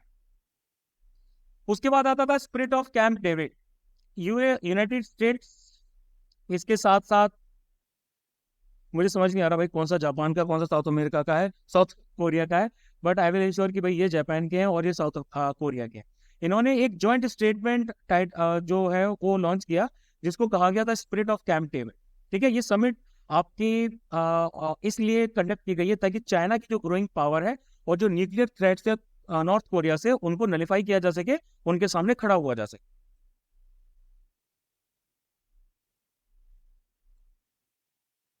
उसके बाद बात करेंगे हुन मैनेट की, जिनको नया PM बनाया गया कंबोडिया का। ठीक है, कंबोडिया के पार्लियामेंट ने हुन मैनेट को नया, एल्डेस्ट सन है भाई, आउटगोइंग प्राइम मिनिस्टर जो हुन सेन है, जो उनके बेटे हैं ये। ठीक है, तो एक डायनेस्टिक ट्रांसफर हुआ है इस पूरे नेशन की पावर। उसके बाद आते हैं Srettha Thavisin becomes new prime minister of Thailand. Srettha Thavisin formerly chief of a prominent real estate development firm in Thailand, इनको कंट्री का नया प्राइम मिनिस्टर बनाया गया है। पॉलिटिकल डेडलॉक रिसेंट इलेक्शंस के बाद में हो गया था उसके बाद। फिर आते हैं इंडिया ग्रीस की तरफ। तो Indian prime minister Modi ji जो है, उन्होंने ग्रीस की पहली विजिट 4 दशकों में की। ठीक है, उनको grand cross of the order of honour Greece का दिया गया, सेकंड हाईएस्ट सिविलियन ऑनर है ग्रीस का। इंडिया ने ग्रीस को इंटरनेशनल सोलर अलायंस में वेलकम किया। इसके साथ साथ वो क्या करना चाहते हैं कि coalition for disaster resilience infrastructure में भी ग्रीस को शामिल करना चाहते हैं। ठीक है, इंडिया के जो रिलेशन है ग्रीस के साथ और आर्मेनिया के साथ में, ये तुर्की, पाकिस्तान, अजरबैजान जो मिलिट्री एक्सिस बन रहा है ना, जिसको 3 ब्रदर्स कहा जाता है, उसको काउंटर करने के लिए बनाया जाता है। ठीक है, और प्लस जो चाइनीज प्रेजेंस इस रीजन में ज्यादा देखी जा रही है। तो इंडिया और ग्रीस ने ज्वाइंट नेवल एक्सरसाइजेज भी मेडिटेरियन सी में की है, मल्टीनेशनल एयरफोर्स एक्सरसाइज भी की है, जिसको आई नो फोर्स 2023 कहा जाए। उसके बाद बात करते हैं भाई साइंस एंड टेक्नोलॉजी के करंट अफेयर्स पे आएंगे। सबसे पहला भाई आता है what is star lab. Star lab क्या है? ठीक है, इसको 1998 में लॉन्च किया गया था। इंटरनेशनल स्पेस स्टेशन को 1998 में लॉन्च किया गया था। तब से वो एक इंटरनेशनल कॉर्पोरेशन और हब के तौर पे उभरे हैं साइंटिफिक रिसर्च जो कि स्पेस में होती है। ठीक है, लेकिन आईएसएस की जो ऑपरेशनल लाइफ है ना वो खत्म होने जा रही है, और इसको एक नई तरीके की cutting edge state of the art floating science laboratory, जिसको स्टार लैब कहा जा रहा है, उससे रिप्लेस किया जाए। ठीक है, तो स्टार लैब को डेवलप करने में एक मेजर की प्लेयर है, वो है वॉयेजर स्पेस। एक प्रोमिनेंट प्राइवेट स्पेस कंपनी है। वॉयेजर स्पेस ने एयर बस के साथ में टीम अप किया है, जो कि एक मेजर एरोस्पेस मैन्युफैक्चरर है, ताकि एक नए स्पेस स्टेशन को कंस्ट्रक्ट किया जा सके, उसको डिजाइन किया जा सके। ठीक है, तो स्टार लैब जो रहेगी वो कंटिन्यूसली क्रूड रहेगी, एस्ट्रोनॉट्स वगैरह को होस्ट करेगी नासा से, जो हमारा national aeronautics and space administration USA का है, और ESA that is European space agency. उसके बाद आते हैं digital India RISC-V symposium. Digital India RISC-V symposium एक वन डे इवेंट है जो कि 6 अगस्त 2023 को कंडक्ट किया गया एट प्रेस्टिजियस IIT मद्रास। ठीक है, IIT मद्रास रिसर्च पार्क। ये एक मोमेंटम ओकेशन था इंडियन इलेक्ट्रॉनिक्स इंडस्ट्री के लिए। इसको MIT ने ऑर्गेनाइज किया, ministry of electronics and information technology, उन्होंने इसको ऑर्गेनाइज किया गवर्नमेंट ऑफ इंडिया के अंडर में, in collaboration with IIT Madras and IITM Pravartak technologies foundation. ठीक है, तो इस सिंपोजियम का एम क्या था? To showcase the future of electronics in India through RISC-V path. RISC-V का मतलब क्या है? इसका मतलब है reduced instruction set computer. Traditional proprietary processor architecture जो रहता है उससे अलग RISC-V जो है ये एक ओपन सोर्स है। ठीक है, ये ओपन सोर्स ISA है जो कि डिजाइनर्स को फ्रीडम देता है ताकि वो अपने अलग अलग एप्लीकेशंस के लिए प्रोसेसर्स को कस्टमाइज कर सकें। इनिशियली इसको यूनिवर्सिटी ऑफ कैलिफोर्निया में डेवलप किया गया था, बर्कले में किया गया था। ठीक है, और इसके साथ साथ V जो भाई इसमें आता है, V का मतलब होता है 5th जनरेशन। ठीक है, signifying the continual evolution and improvement of this cutting edge technology. अब आगे बात करेंगे माया ऑपरेटिंग सिस्टम की। ठीक है, माया OS जो है ये एक इनोवेटिव ऑपरेटिंग सिस्टम है जिसको यूनियन मिनिस्ट्री ऑफ डिफेंस जो है वो बना रही है basically to fortify its computer system against cyber attacks. Cyber attacks काफी ज्यादा होते रहे हैं ना, 1-2 साल पहले एम्स में भी हुआ था, पूरा सिस्टम हैक कर लिया था। तो मिनिस्ट्री ऑफ डिफेंस अपने कंप्यूटर सिस्टम्स को बचाने के लिए इसको लेके आया है। ठीक है, ये ओपन सोर्स उबुंटू जो प्लेटफॉर्म है, ठीक है, उस पर रहेगा, फ्रीली अवेलेबल सॉफ्टवेयर यूज करेगा। माया OS जो हमारा इंटरफेस और फंक्शनैलिटीज होती है ना विंडो OS की, इन सबको रेप्लिकेट करेगा, एक स्मूथ ट्रांजिशन यूजर्स के लिए लेकर आएगा और एक रोबस्ट साइबर सिक्योरिटी भी प्रदान करेगा। ठीक है, इसी बीच में हमारा एक और टर्म आ जाता है जिसको हम कह रहे हैं चक्रव्यूह। ठीक है, चक्रव्यूह क्या है? शील्डिंग फ्रॉम थ्रेट्स, यानी कि माया OS एक फीचर लेके आ रहा है जिसको चक्रव्यूह कहा जा रहा है। एंड पॉइंट एंटी मेलवेयर और एंटीवायरस सॉफ्टवेयर है जो कि एक प्रोटेक्टिव लेयर की तरह काम करेगा यूजर्स और इंटरनेट के बीच में, है ना। जो हैकर्स के अटेम्प्ट हैं सेंसिटिव डेटा को एक्सेस करने का, उनको थ्वाट कर देगा। इसके साथ साथ डिफेंस मिनिस्ट्री की स्ट्रेटेजिक साइबर सिक्योरिटी अप्रोच को देखते हुए, माया को फॉलो करते हुए, माया OS सारे मिनिस्ट्री कंप्यूटर्स पे तकरीबन 2023 के एंड तक लागू कर दिया जाए। ठीक है, ये एक कोलैबोरेटिव एफर्ट है जिसमें हमारे DRDO, defence research development organisation, centre for development of advance computing यानी कि CDEC जो कि FCAT करवाता है, ठीक है, नेशनल इंफॉर्मेटिक्स सेंटर्स NIC और Indian software companies academic institutions जो है वो लोग 6 महीने के अंदर माया OS को डेवलप कर सके। ठीक है, उबंटू का तो बारे आपको पता ही होगा, माया OS आपका उबंटू ऑपरेटिंग सिस्टम पे चलेगा जो कि लिनक्स पर बना हुआ है। ठीक है, ओपन सोर्स सॉफ्टवेयर। उसके बाद बात होगी अग्निबाण सॉर्टेड की। तो अग्निकुल कॉस्मोस, काफी ज्यादा नाम सुना हो। अग्निकुल कॉस्मोस एक इंडियन एरोस्पेस फर्म है जो कि एक सिग्निफिकेंट माइलस्टोन अचीव कर चुकी है। वो becoming the country's first private entity to design, develop and launch a liquid fuelled rocket, जिसको अग्निबाण सॉर्टेड कहा जा रहा है। सॉर्टेड यानी कि सब ऑर्बिटल टेक्नोलॉजिकल डेमोन्स्ट्रेटर। ये पहला रॉकेट रहेगा जो कि सब ऑर्बिटल टेस्टिंग के थ्रू जाएगा अपकमिंग वीक्स में। ठीक है, ये जो लॉन्च है ये स्टार्टअप्स के लिए बहुत ज़्यादा एसेंशियल है, जो कि क्या बोलते हैं, सॉरी, इस स्टार्टअप के लिए बहुत ज़्यादा एसेंशियल है जो कि रॉकेट सिस्टम्स को वैलिडेट करना चाह रहे हैं ज़्यादा एम्बिशियस प्रोजेक्ट्स पे बढ़ने से पहले। ठीक है, तो अग्निमार सॉर्टेड क्या करेगा, अग्निकुल के पेटेंटेड एग्निलैट इंजन जो है, एक 3D printed single piece 6KN semi cryogenic engine है, उससे ड्रिवन रहेगा। ट्रेडिशनल रॉकेट्स जो रहते हैं उनसे अलग ये वर्टिकली लॉन्च होगा। ठीक है, और उसके साथ साथ एक प्री डिटरमाइंड ट्रेजेक्ट्री को फॉलो करेगा व्हाइल एग्जीक्यूटिंग प्रिसाइज मैन्यूवर्स। ठीक है, तो अग्निकुल की जो प्रोग्रेस है उसको इसरो और इन स्पेस के ऑफिशियल्स जो हैं, जो कि इसरो की ही कमर्शियल आर्म है, उनके द्वारा इनको एक्नॉलेज भी किया गया है। आगे आते हैं CSR प्राइमा ET11 की बात करेंगे तो central mechanical engineering research institute CMERI, उन्होंने CSIR प्राइमा ET11 इंडिया का पहला इंडिजिनस ई ट्रैक्टर है ना, ई ट्रैक्टर जो है इसको अनवेल किया है। डॉक्टर जितेंद्र सिंह जो कि union minister of state for science and technology उस टाइम पे थे, उन्होंने सिग्निफिकेंस बताया है एग्री स्टार्टअप्स के बारे में, और ये बोला है कि AI ड्रिवन टेक्नोलॉजीज एग्रीकल्चर में यूज की जानी चाहिए। उसके बाद आते हैं lander hazard detection and avoidance camera LHDAC। तो इसरो ने इमेजेस को रिलीज किया है, लूनर फार साइट की इमेजेस जो है ना, जो कि LHDAC के द्वारा ली गई है, जो कि सेफ लैंडिंग स्पॉट्स को डिसेंट के टाइम में देखता है। इसके साथ साथ इसको इसरो की स्पेस एप्लीकेशन सेंटर में डेवलप किया गया था, और कैमरा ऐसे एरियाज को आइडेंटिफाई करता है जहाँ पर ऑब्स्टिकल्स नहीं होते हैं, ताकि ये मॉड्यूल्स वगैरह इनकी लैंडिंग की जा सके। उसके बाद इसी को फॉलो करते हुए चंद्रयान 3 की सॉफ्ट लैंडिंग की बात करेंगे। चंद्रयान 3 का जो लैंडर है उसने एक सॉफ्ट लैंडिंग की है मून के साउथ पोल पे। ठीक है, जो स्पॉट जहां पर चंद्रयान 3 के विक्रम जो लैंडर है, लैंडर का नाम विक्रम है ना, उन्होंने जहां सॉफ्ट लैंडिंग की है उसको नाम दिया गया है शिव शक्ति पॉइंट। ठीक है, चंद्रयान 2 का लैंडर जहां क्रैश हुआ था मून के सरफेस पे 2019 पे, उसको तिरंगा पॉइंट नाम से जाना जाएगा। अगस्त 2023 जो रहेगा, the day the Chandrayaan 3 lander touch down the lunar surface, उसको नेशनल स्पेस डे के नाम से अब से मनाया जाए। आगे बात करेंगे अकोस्टिक साइड चैनल अटैक्स यानी कि ASCA की। तो लैपटॉप्स के अधिकतर यूज की वजह से ASCA जो है वो बढ़ चुका है। ठीक है, ये क्योंकि जो लैपटॉप मॉडल्स है ना, उनका अगर जो सेम कीबोर्ड होता है, जिससे जो AI के द्वारा इंटरप्रिटेशन होता है, AI इनेबल डीप लर्निंग का जो इंटरप्रिटेशन होता है वो आपका बढ़ जाता है। तो ASCA क्या है, ये एक साइबर अटैक होता है जहाँ पर AI क्या करता है, उसको यूज किया जाता है पासवर्ड्स को डिकोड करने के लिए, ताकि जो की स्ट्रोक्स होते हैं, है ना, की स्ट्रोक्स का जो साउंड प्रोड्यूस होता है उसको यूज करके।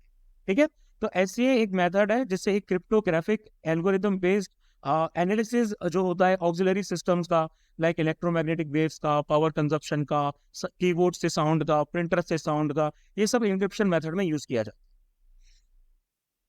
आगे बात करेंगे spike non line of site NLOS anti tank guided missile. तो इंडियन एयरफोर्स ने इजरायली, है ना, ये भाई इसराइल से हम लोगों ने इसको लिया है, spike NLOS anti tank guided missile. ठीक है, ये रशियन ओरिजिन जो फ्लीट है भाई हमारा Mi-17 B5 हेलीकॉप्टर्स का, उनके साथ इंटीग्रेट की जाएगी। इसको Israeli company Rafael advance defence systems ने क्या बोलते हैं डिजाइन किया है, इसको डेवलप किया है। ठीक है, ये 6th generation of spike missile को बिलोंग करती है। उसके बाद आता है Swathi weapon landing locating radar mountains, that is WLRM। Indian army ने स्वाति WLRM को इंडक्ट किया है to locate hostile artillery and enhance combat potential, है ना, जो भाई अपोजिट आर्टिलरी है उनको लोकेट करने के लिए कि भाई वो कहाँ पर आते हैं। ठीक है, एडवांस इलेक्ट्रोनिकली, मेरी टंग बहुत ट्विस्ट कर रही है, electronically scan faced array radar है इसके अंदर में, ऑपरेशंस के लिए माउंटेनियस रीजन्स में, हाई एल्टीट्यूड रीजन्स में स्पेसिफिकली डिजाइन इसको किया गया इसके लिए। ठीक है, इसको डेवलप किया गया है भारत इलेक्ट्रॉनिक्स लिमिटेड के द्वारा, जो कि बेंगलोर में है। स्वाति रडार आपका WLR प्लेन वर्जन में भी आता है। नेक्स्ट आती है अस्त्र मिसाइल, लाइट कॉम्बैट एयरक्राफ्ट यानी कि LCA Tejas. Successfully Astra missile को उन्होंने फायर किया है। ये आपके beyond visual range to air missile है, इंडिजियसली इसको DRDO ने डेवलप किया है। ठीक है, इसकी रेंज 80 से लेके 110 किलोमीटर तक है। ठीक है, MK1 वर्जन के लिए, और 160 किलोमीटर है MK2 वर्जन के लिए। एल्टीट्यूड ये 20 किलोमीटर तक का ले सकती है, मैक्सिमम स्पीड है 4.5 मैक। फिर आगे बात होगी 3D प्रिंटेड बॉम्ब्स की। तो यूक्रेन ने रिसेंटली 3D प्रिंटेड बॉम्ब्स जो है उनको यूज किया है, ठीक है। ये एमिनिशन शॉर्टेज जो हो रही है भाई अपने काउंटर ऑफेंसिव एफर्ट्स को सस्टेन करने के लिए, उनके लिए भाई इन्होंने ये 3D प्रिंटेड बॉम्ब्स यूज किए हैं। यूक्रेन की जो वेपन मेकर्स हैं वो बहुत अलग अलग तरह के मॉडल्स को इम्प्रोवाइज कर रहे हैं एमिनिशंस के, ठीक है, जैसे कि 3D हो गए, 3D प्रिंटेड, इनको घर पे भी भाई बनाया जा सकता है, ठीक है। तो 3D प्रिंटेड केसेस जो है उनको प्रोड्यूस किया जा रहा है, फिर इनके अंदर C4 एक्सप्लोजिव भरे जा रहे हैं, शार्पनर्स वगैरह भरे जा रहे हैं, और बैटलफील्ड में डिप्लॉय किया जा रहा है। इनको नाम दिया जा रहा है कैंडी बॉम्ब्स, ठीक है। कैंडी बम चीप होते हैं, इफेक्टिव होते हैं, प्लस रेडिली प्रोड्यूस होते हैं डिफरेंट साइजेस में, जिससे ड्रोन ऑपरेटर्स क्या कर सकते हैं, उनका एक मॉडल पेलोड कैपेसिटी के हिसाब से यूज कर सकते हैं। आगे बात आएगी इंडिया स्टैक की। तो इंडिया ने एक मेमोरेंडम ऑफ अंडरस्टैंडिंग साइन किया है त्रिनिदाद, ठीक है, और टोबैगो के साथ, ठीक है, on sharing India stack. MOU क्या करना चाह रहा है? MOU इंडिया स्टैक सॉल्यूशंस जो है उनको कस्टमाइज करना चाह रहा है, like identifying data, payment services for mutual digital advancement and etcetera etcetera. इसके साथ साथ और भी बहुत सारे नेशंस के साथ इंडिया ने MOU साइन किए, लाइक पपुआ न्यू गिनी हो गया, आर्मेनिया हो गया, सियरा लियोन, सूरीनाम वगैरह, इंडिया स्टैक को शेयर करने के लिए। इंडिया स्टैक है क्या, है ना? इंडिया स्टैक भाई एक ओपन AI का सेट है, ओपन AI का सेट है, एप्लीकेशन प्रोग्राम इंटरफेस है, और डिजिटल पब्लिक गुड्स है जो कि इकोनॉमिक प्रिमिटिव्स जो रहते हैं उसको अनलॉक करता है, लाइक आइडेंटिटी से रिलेटेड, डेटा से रिलेटेड, पेमेंट से रिलेटेड, पूरे पॉपुलेशन स्केल के लिए। तो API हमारे कुछ डिफाइंड रूल्स होते हैं जो कि डिफरेंट एप्लीकेशंस को एक दूसरे से कम्युनिकेट करवाते हैं, ठीक है। इंडिया स्टैक के जो कंपोनेंट्स हैं वो डिफरेंट एजेंसीज के द्वारा मेंटेन किए जाते हैं, like eKYC, Aadhaar pay, Aadhaar enable, AEPS, Bharat QR, UPI and IMP, ठीक है। आधार प्रोडक्ट्स को तो भाई जो रहता है उसको UIDAI ओन करती है, डिजी लॉकर जो रहता है उसको भाई हमारे करता है मैटी करती है, UPI को NPCI करती है, national payment corporation of India, है ना, अकाउंट एग्रीगेटर फ्रेमवर्क को RBI करती है। उसके बाद आ जाते हैं ग्रीन हाइड्रोजन स्टैंडर्ड की तरफ। तो ministry of new and renewable energy ने क्या किया है, उन्होंने इंडिया के ग्रीन हाइड्रोजन स्टैंडर्ड्स के बारे में नोटिफाइड किया है, जो कि नेशनल ग्रीन हाइड्रोजन मिशन के अंडर में आए, ठीक है। नोटिफिकेशन में एमिशंस के बारे में बताया गया कि एमिशन के थ्रेशोल्ड्स कितने होने चाहिए ताकि किसी भी हाइड्रोजन को ग्रीन हाइड्रोजन का दर्जा दिया जा सके। हाइड्रोजन आप सबको पता है कि भाई वाटर को स्प्लिट करने के बाद में प्राप्त होता है ना, वाटर को स्प्लिट किया जाता है यूजिंग रिन्यूएबल एनर्जी, इसमें इलेक्ट्रोलाइसिस या बायोमास कन्वर्जन वगैरह आ जाता है, ठीक। तो एमिशन थ्रेशोल्ड्स हो गए, वेल टू गेट एमिशंस हो गए, लाइक वाटर ट्रीटमेंट कैसा किया जा रहा है, इलेक्ट्रोलाइसिस कैसे किया जा रहा है, गैस प्यूरिफिकेशन वगैरह, ये सब आपका 2 kg CO2 इक्विवेलेंट के हिसाब से होना चाहिए, तभी जाके इसको ग्रीन हाइड्रोजन की कैटेगरी में डाला जाएगा। नोडल अथॉरिटी आ जाती है ब्यूरो ऑफ एनर्जी एफिशिएंसी, वो एजेंसीज को एग्रीडेट करेगी भाई, उनका मॉनिटरिंग, उनका वेरिफिकेशन, सर्टिफिकेशन जो ग्रीन हाइड्रोजन प्रोडक्शन प्रोजेक्ट्स के लिए उसके लिए, ठीक है। NHGM की अगर हम बात करें तो इंडिया को एक ग्लोबल हब बनाना चाहते हैं for producing, utilising and exporting green hydrogen. आगे बात करेंगे ग्राफीन ऑरोरा प्रोग्राम की। तो ministry of electronics and information technology यानी कि METI, इन्होंने क्या किया है, इन्होंने ग्राफीन ऑरोरा प्रोग्राम को लॉन्च किया। इसका जो इम्प्लीमेंटेशन है वो डिजिटल यूनिवर्सिटी केरला की करेगी with joint funding from METI and Kerala government, और कुछ इंडस्ट्रीज पार्टनर्स भी रहेंगे। सीधा सा एम है to bridge the gap between graphene research and commercialisation. Graphene research का के ऊपर रिसर्च करना प्लस उसका कमर्शियलाइजेशन कैसे किया जा सकता। अब ये जो ग्राफीन होती है ना, ये एक सिंगल लेयर होती है कार्बन एटम्स, ठीक है, जिनको एक ऐसे हेक्सागोनल लैटिस में अरेंज किया जाता है, 2 डायमेंशन का स्ट्रक्चर जो रहता है बन जाता है। 2004 में इसको खोजा गया, ठीक है। बहुत ज्यादा थिन होती है, मैकेनिकली बहुत स्ट्रॉन्ग होती है, ट्रांसपेरेंट होती है, फ्लेक्सिबल होती है। इसका यूज टच स्क्रीन में किया जाता है, लाइट पैनल्स में किया जाता है, solar cell, faster DNA sequencing और ड्रग डिलीवरी के लिए भी इसका यूज किया जाता है, वैसे वाली ड्रग डिलीवरी नहीं। उसके बाद बात करेंगे finger magnitude record, finger image record, FMR FIR modality. तो FMR FIR जो है एक आर्टिफिशियल इंटेलिजेंस या फिर मशीन लर्निंग बेस्ड टूल है, जो कि फिंगर मैग्नीट्यूड और फिंगर इमेज को यूज करता है to check liveliness of a fingerprint, है ना, कि भाई कौन सा जो फिंगरप्रिंट है वो आपका लाइव फिंगरप्रिंट है और कौन सा आपका जो फिंगरप्रिंट है वो क्लोन्ड फिंगरप्रिंट, ठीक है, कि भाई कितनी इसके अंदर जीवन मौजूद है। तो UIDAI उन्होंने FIR जो है उसको रोल आउट किया है ताकि आधार इनेबल्ड पेमेंट सिस्टम फ्रॉड जो है उनको रोका जा सके। जो स्पूफ्ड फिंगरप्रिंट्स होते हैं ना आधार ऑथेंटिकेशन के टाइम में, उनको रोका जा सके। उसके बाद आते हैं आइंस्टीन क्रॉस पे। तो एस्ट्रोनॉमर्स ने एक रेयर एग्जांपल आइंस्टीन क्रॉस का ढूंढ के निकाला है। आइंस्टीन क्रॉस क्या होता है? एक स्पेसिफिक केस होता है ग्रेविटेशनल लेंसिंग का। ठीक है, ग्रेविटेशनल लेंसिंग का एक स्पेसिफिक केस होता है। ये फिनोमेना तब अकर होता है जब मैसिव ऑब्जेक्ट्स आपके डिस्टॉर्ट हो जाते हैं और लाइट को मैग्नीफाई करते हैं फ्रॉम ऑब्जेक्ट्स बिहाइंड देम, जैसे कि कोई गैलेक्सी हो गई या फिर कोई क्वासर वगैरह हो गया, है ना। तो ये एक कॉस्मिक टेलीस्कोप्स की तरह एक्ट करते हैं और डिस्टेंट गैलेक्सीज को ज्यादा ब्राइटर अपीयर करते हैं। जैसे कि ये हमारा वेंटेज पॉइंट है ना, from our vantage point quasar की जो लाइट है वो तकरीबन 4 अलग अलग डायरेक्शन से आ रही है। ये गैलेक्सी हुई हमारी, गैलेक्सीज ग्रेविटी एक लेंस की तरह काम करती है और जो उसके पीछे क्वासर है वो लाइट को ऐसे डाइवर्ट कर रहा है हमारी तरफ, और लाइट आपकी डायरेक्ट ऐसे क्वासर से आ रही है। तो कोई भी टेलीस्कोप जो है वो सिंगल क्वासर को एक 4 अलग अलग ऑब्जेक्ट्स के तौर पर देखेगा, यानी कि उसकी जो ब्राइटनेस है वो बढ़ जाएगी। ठीक है, ग्रेविटेशनल लेंसिंग के भाई हमारे कुछ और भी क्या बोलते हैं पार्ट्स आ जाते हैं, लाइक आइंस्टीन रिंग्स आ जाती हैं, जो कि तब बनती है जब दो गैलेक्सीज एकदम परफेक्टली अलाइंड होती है एक के पीछे एक। उसके बाद आते हैं गैलेक्सी SO316। तो Hubble telescope, space telescope HST जो है, उसने एक इरेगुलर गैलेक्सी ESO316 की खोज की इमेज को देखा है।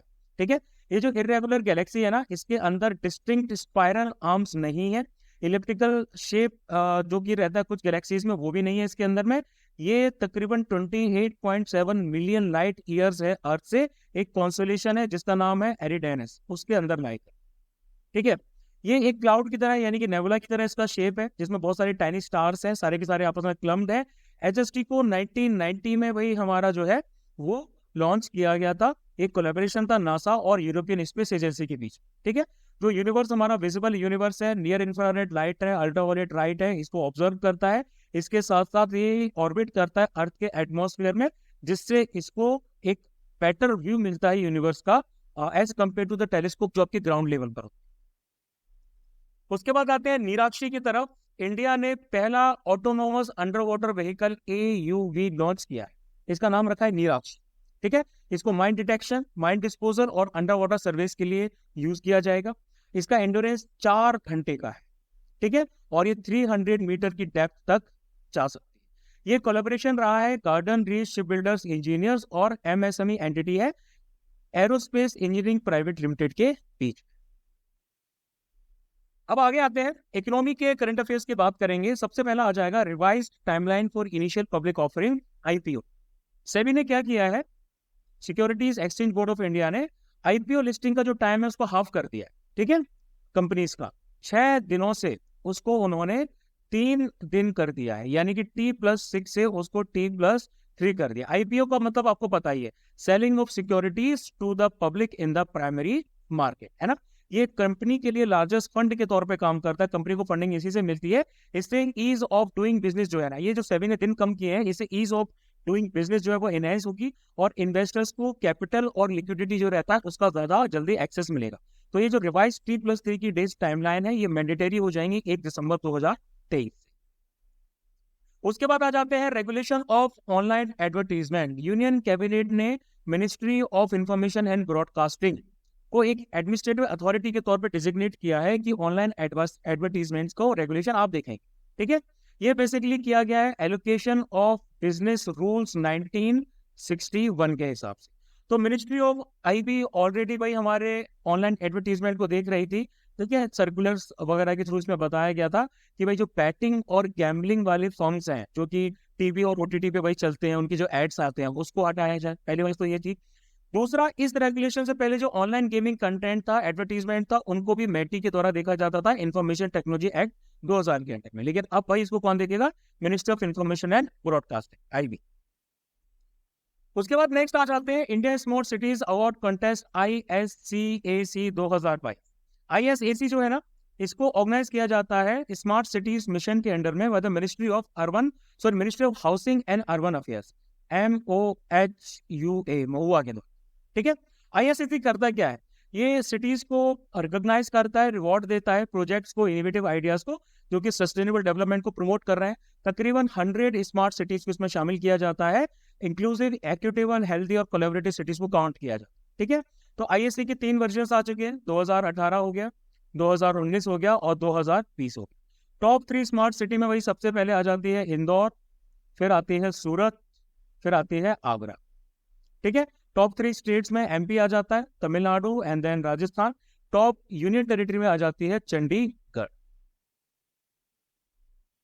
आगे आते हैं इंश्योरेंस श्योरिटी बॉन्ड्स की बात करते हैं तो NHAI, national highway authority of India, इन्होंने रिसेंटली डिस्कशंस किए हैं स्टेक होल्डर्स के साथ on insurance surety bonds NHAI contracts के लिए। इंश्योरेंस श्योरिटी बॉन्ड होते क्या है?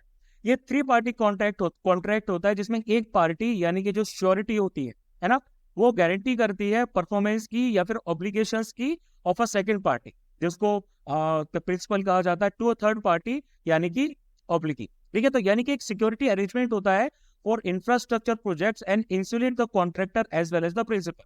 इंश्योरेंस श्योरिटी बॉन्ड्स आईएसबी क्या करते हैं? इंश्योरेंस रेगुलेटरी और डेवलपमेंट अथॉरिटी को क्या बोलते हैं, सॉरी हाँ, आईएसबी इंश्योरेंस रेगुलेटरी और डेवलपमेंट अथॉरिटी के द्वारा अप्रैल 2022 में लागू कर दिए गए थे, अलॉट कर दिए गए थे, और ये बैंक गारंटीज के तौर पे एक रिप्लेसमेंट के तौर पे सामने आए। उसके बाद आते हैं उद्गम यानी कि unclaimed deposits gateway to access information. Reserve bank of India ने एक सेंट्रलाइज्ड वेब पोर्टल जिसको उद्गम नाम दिया गया है उसको लॉन्च किया है। ये पोर्टल आरबीआई ने डेवलप किया है और ये पब्लिक को कन्वीनियंटली सर्च करने के लिए इनेबल करेगा कि जो भी अनक्लेम्ड डिपॉजिट्स हैं मल्टीपल बैंक्स में एक सिंगल प्लेटफॉर्म से वो देख सकते हैं। ये इनिशिएटिव आरबीआई की ऑनगोइंग जो पब्लिक अवेयरनेस कैंपेन है उसके साथ में अलाइन। ठीक है, उद्गम पोर्टल जो आपका है ये REBIT, जिसको reserve bank information technology private limited कहा जाता है, इंडियन फाइनेंशियल टेक्नोलॉजी और अलाइड सर्विसेज IFTAS और कुछ पार्टिसिपेटिंग बैंक से उनके द्वारा साथ में मिलकर बनाए।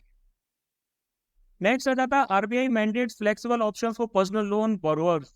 आरबीआई ने क्या किया है, कुछ रेगुलेटेड एंटिटीज को जिसमें बैंक्स आ जाते हैं, नॉन बैंकिंग फाइनेंशियल कॉर्पोरेशन आ जाते हैं, NBFCs आ जाते हैं, इनको डायरेक्ट किया है कि भाई पर्सनल लोन आप बोरोवर्स को दीजिए, यानी कि इनको फ्लेक्सिबिलिटी दीजिए to switch from floating to fixed rate interest, है ना।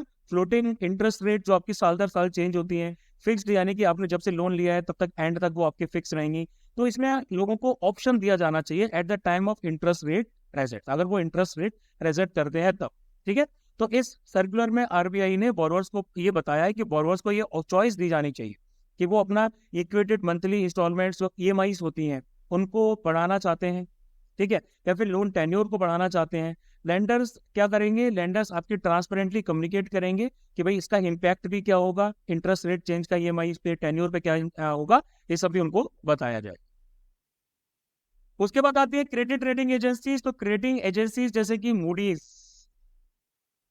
उसने इंडिया को Baa3 की रेटिंग दी है और कहा है कि इंडिया की जो इकोनॉमी है वो एक स्टेबल वे में जा रही है। ठीक है, सोवरेन रेटिंग्स क्या करती है, क्रेडिट वर्दीनेस कंट्रीज की जांचती है, जो कि इन्वेस्टर्स के लिए क्या रहता है, एक की गॉज होता है। इन्वेस्टर्स इसी को फॉलो करते हुए किसी भी कंट्री में इन्वेस्ट करते हैं। तो तकरीबन 66 ट्रिलियन सोवरेन डेट को फॉलो करते हुए क्रेडिट रेटिंग एजेंसीज क्या करती है, ग्लोबल कैपिटल को देखती हैं, पूरा उसका सर्वे करती हैं। तो इंडिया को जो है ना इन्वेस्टमेंट ग्रेड में डाला गया है 3 मेजर क्रेडिट एजेंसीज के द्वारा, जिनको CRAs कहा जाता है। ठीक है, इसमें कौन कौन सी आ जाती है, इसमें स्टैंडर्ड एंड पुअर्स आ जाती है, लाइक S&P। ठीक है, उसके बाद मूडीज आ जाती है और उसके बाद फिच रेटिंग्स आ जाती है। ठीक है, रेटिंग इनकी जो रेटिंग है Baa3 थोड़ी सी निगेटिव भी है, BBB और यहाँ BBB यानी कि स्टेबल। ठीक है, हाँ, ठीक है ठीक है ठीक है ठीक। अब ये क्या करते हैं, बेसिकली ये मार्केट पार्टिसिपेंट्स को एम्पावर करते हैं कि भाई टाइमली इंफॉर्मेशन उनको मिले और अनबाइस्ड ओपिनियन मिले। वैसे इतना ज्यादा होता नहीं है, ठीक है। फाइनेंशियल मार्केट्स को ग्रो करते हैं और ज्यादा एफिशिएंट बनाते हैं उनको। इसके साथ साथ किसी इंडिविजुअल या कंपनी की क्रेडिट वर्दीनेस को एवेल्युएट करते हैं कि भाई ये कितना लोन ले सकते हैं। ठीक है, अब ये जितनी भी क्रेडिट रेटिंग एजेंसीज थी ना, इंडिया में क्या होता है कि सेबी जो है ना वो सारी क्रेडिट फर्म्स को रेगुलेट करती है, जो कि SEBI credit rating agencies regulation 1999 के अंडर में आ जाती है। 7 क्रेडिट रेटिंग एजेंसीज हैं इंडिया में। इसमें एक आ जाती है भाई हमारी CRISIL, CARE, ICRA आ जाती है, ICRA के साथ में एक्यूइट, आ जाती है, उसके बाद एक आ जाती है brick work, India rating research private and research private limited, और Infomerics valuation and rating private limited भी आ जाती है। आगे बात करेंगे incremental cash reserve ratio ICRR। Reserve bank of India ने रिसेंटली बैंक से ये कहा है कि भाई आप एक ICRR मेंटेन करेंगे तकरीबन 10%। कैश रिजर्व रेशियो तो भाई आप लोगों को पता ही है, ये वो शेयर होता है बैंक की नेट डिमांड का और प्राइम लायबिलिटीज का, जिसको NDTL कहा जाता है, जो कि रिजर्व बैंक मैंडेट करता है ना। रिजर्व बैंक मैंडेट करता है कि भाई हमारे पास में इतना पैसा रखा जाना चाहिए in the form of liquid cash. तो RBI एक्ट 1934 को फॉलो करते हुए सारे शेड्यूल्ड कमर्शियल बैंक्स, जिसमें पब्लिक और प्राइवेट सेक्टर बैंक्स आ जाते हैं, फॉरेन बैंक्स आ जाते हैं, रीजनल रूरल बैंक्स आ जाते हैं, कोऑपरेटिव बैंक्स आ जाते हैं, वो CRR को मेंटेन करें। अब ICCR क्या होता है? ICCR भी CRR के सिमिलर ही रहता है। यहाँ पर बैंक्स को एक सर्टेन पोर्शन अपने पैसा RBI के पास रखना पड़ता है, उस पर कोई इंटरेस्ट उनको नहीं मिलता है। RBI के पास ऑप्शन रहता है कि वो ICCR का ऑप्शन जो है वो CRR के साथ साथ में इम्पोज कर सके। ठीक है, तो RBI ने बोला है कि भाई 10% जो आप लोगों को ICCR रखना पड़ेगा। जो भी आपका डिपॉजिट मई 19 से लेके जुलाई 28 के बीच में आया है, उसका 10% आपका डिपॉजिट जो है वो रखना पड़े। ठीक है, due to discontinuation of 2000 rupee notes. इससे ये इम्प्लाई होता है कि बैंक्स को CRR और ICRR दोनों मेंटेन करने पड़ते हैं। उसके बाद आते हैं CSR स्पेंडिंग इन इंडिया की तरफ। तो रिसेंटली CSR स्पेंडिंग डेटा जो है वो मिनिस्ट्री ऑफ कॉर्पोरेट अफेयर्स के द्वारा रिलीज किया गया। CSR होता क्या है? CSR एक मैनेजमेंट कंसेप्ट होता है जहां पर कंपनी सोशल और एनवायरमेंटल कंसर्न्स को इंटीग्रेट करती है अपने बिजनेस ऑपरेशंस में और इंटरेक्शंस में to with their stakeholders. ठीक है, सेल्फ रेगुलेशन होता है, ये बिजनेस अकाउंटेबिलिटी दिखाता है कि भाई आप जहां बिजनेस कर रहे हैं वहां के लोगों के लिए आपकी अकाउंटेबिलिटी कितनी है। ठीक है, ओवरऑल वेल बीइंग जो कम्युनिटीज और सोसाइटीज की है वो आप कैसे देख रहे हैं। तो ये हमारा आ जाता है section 135 of companies act 2013 and companies CSR policy rules 2014 के अंडर। शेड्यूल 7 जो है भाई हमारा एक्ट का, है ना, वो ऐसी एक्टिविटीज के बारे में बताता है जो कंपनी CSR पॉलिसीज में इंक्लूड कर सकती है। इंडिया पहली ऐसी कंट्री थी जिसने स्टैट्यूटरी मैंडेट किया था CSR को स्पेसिफाइड कंपनीज के लिए। कंपनीज को कुछ स्पेसिफिक परसेंटेज जो है खर्च करना पड़ता है एनुअली, है ना, उनके एवरेज नेट प्रॉफिट का 2% जो है वो प्रीवियस 3 फाइनेंशियल सालों में जो भी इनको एवरेज नेट प्रॉफिट मिला है उसका 2% हमको CSR एक्टिविटीज में करना पड़ता है। सो CSR एक्टिविटीज में कंपनीज क्या करती है, सोसाइटीज के लिए कॉन्ट्रीब्यूशंस देती हैं, अपनी पॉजिटिव ब्रांड इमेज बनाती हैं और इक्विटेबल शेयरिंग ऑफ वेल्थ को भी हिस्सा देती है। उसके बाद आते हैं सेल्फ हेल्प ग्रुप्स की तरफ, SHGs। तो रिसेंटली गवर्नमेंट ने स्किल डेवलपमेंट ट्रेनिंग को लॉन्च किया है जो कि 2 करोड़ वुमेन को कवर करेगी अंडर लखपति दीदी स्कीम, जिससे माइक्रो एंटरप्राइजेस को स्टार्ट कर सकते हैं। इनका सीधा सा ऑब्जेक्टिव ये है कि enable rural SHG women to earn at least 1 lakh per annum, साल में 1 लाख रुपए तो वो कमा सकते। 2021 में मिनिस्ट्री ऑफ रूरल डेवलपमेंट, है ना, MORD, इन्होंने लखपति self help group women initiative को लॉन्च किया था। वुमेन लेड डेवलपमेंट अप्रोच है, इसमें हमारी बहुत सारी एक्टिविटीज आ जाती हैं। जो वुमेन है उनको प्लम्बिंग में ट्रेन किया जा सकता है, LED बल्ब मेकिंग में ट्रेन किया जा सकता है, ऑपरेटिंग एंड रिपेयरिंग ड्रोन्स में ट्रेन किया जा सकता है, और भी बहुत सारी एक्टिविटीज आ जाती है। ठीक है, सेल्फ हेल्प ग्रुप के बारे में तो आप लोगों को पता ही होगा। आगे बात करेंगे Bharat new car assessment programme, Bharat NCAP। तो भाई हमारी ministry of road transport and highways, इन्होंने एक indigenous star rating system vehicles के लिए लागू किया है, स्टार्ट किया है, उनकी safety in case of accident and collision. ठीक है, ये इंडियन ऑटो मैन्युफैक्चरर्स को खुद के व्हीकल्स को टेस्ट करने के लिए अलाउ कर पाएगा और एक 5 स्टार की जो रेटिंग स्केल डेवलप की गई है according to automotive industry standards 197। ठीक है, EIS 197 में क्या करेगा, ओवरऑल असेसमेंट करेगा, ओवरऑल असेसमेंट मेथड रहेगा, व्हीकल सिलेक्शन प्रोसीजर रहेगा, वेरियस टेस्ट कंडक्ट किए जाएंगे और उनके असेसमेंट प्रोटोकॉल को भी देखा जाए। ठीक है, ये हमारा ग्लोबल NCAP जो है न्यू कार असेसमेंट प्रोग्राम है उसको फॉलो करेगा, जिसमें यूनिवर्सल एडॉप्शन किया जाएगा यूनाइटेड नेशंस की मोटर व्हीकल सेफ्टी स्टैंडर्ड्स को, जो कि वर्ल्ड वाइड फॉलो किए जाते हैं। ठीक है, तो ग्लोबल NCAP एक मेजर प्रोजेक्ट है टुवर्ड्स जीरो फाउंडेशन, जो कि एक UK की रजिस्टर्ड चैरिटी है। फिर आ जाते हैं functioning of major ports in India. तो recently department related parliamentary standing committee on transport tourism and culture, उन्होंने 352nd रिपोर्ट दी है functioning of major ports in the country. ठीक है, यहाँ पोर्ट्स जो इंडिया में आपको पता है कि 2 कैटेगरी में क्या बोलते हैं इसको, आइडेंटिफाई किए जाते हैं ट्रैफिक के बेसिस पे, कितना भाई उनके पास ट्रैफिक आता है ना। उसमें एक भाई हमारे मेजर पोर्ट्स आ जाते हैं। मेजर पोर्ट्स डायरेक्ट कंट्रोल में रहते हैं सेंट्रल गवर्नमेंट के, यूनियन लिस्ट में लाई करते हैं 7th schedule of the constitution. कुछ माइनर पोर्ट्स आ जाते हैं, ये रिस्पेक्टिव स्टेट मैरीटाइम बोर्ड के अंडर में आते हैं और ये कंकरेंट लिस्ट में आते हैं। 12 मेजर पोर्ट्स है हमारे पास, 213 नॉन मेजर पोर्ट्स। ठीक है, अगर हम पोर्ट्स के परफॉर्मेंस की बात करें तो इसमें पहला फैक्टर आता है TRT, that is turn around time. Turn around time मतलब कि एक ऐसा टाइम जो कि किसी वेसल के द्वारा लिया जाता है जब वो पोर्ट पर आता है और जब तक वो डिपार्चर करता है। ठीक है, तो ये इंडियन पोर्ट्स पे कंसिस्टेंटली डिक्लाइन किया है, यानी कि 94 आवर्स। 94 आवर्स था भाई हमारा पहले FY 13 और 14 में, अब 52 आवर्स रह गया, यानी कि काफी अच्छी बात है, अब वो काफी कम टाइम ले रहे। ट्रैफिक की बात की जाए तो इंडियन पोर्ट्स ने एक कंसिस्टेंट राइज देखा है कंटेनर ट्रैफिक में। 555 मिलियन टन का ट्रैफिक 13-14 में होता था, लेकिन अब जाके 796 पहुंच चुका है मिलियन टन। कार्गो की बात करें तो कार्गो हैंडलिंग जो मेजर पोर्ट्स की है वो भी आपके पिछले सालों में बढ़ी है, 10% राइज तो पिछले साल से ही देखा गया। फिर आ जाता है ऑपरेटिंग रेशियो। ऑपरेटिंग रेशियो का मतलब होता था rupee spend for every rupee earn, है ना। वो आपका 48 रुपए से आपका 53 रुपीज पे आ चुका है, यानी कि 48 रुपए जो है अब आपका प्रॉफिट में कमाया, सॉरी खर्च किया जाता है, हर जो 100 रुपए कमाया जाता है, पहले 53 रुपए खर्च किया जाता है। नेक्स्ट आ जाते हैं 6th census report on minor irrigation schemes की तरफ। तो देखा भाई, मिनिस्ट्री ऑफ जल शक्ति, है ना, मिनिस्ट्री ऑफ जल शक्ति जो है उन्होंने recently 6th census report minor irrigation schemes पे लॉन्च की है। MI की बात करें, माइनर इरिगेशन की बात करें तो इरिगेशन प्रोजेक्ट्स में 3 कैटेगरीज में इंडिया में आइडेंटिफाई किए जाते हैं। पहला तो आ जाता है मेजर, मेजर के बाद में दूसरा आता है माइनर, और सॉरी मेजर के बाद में आता है मीडियम, मीडियम के बाद में आता है माइनर।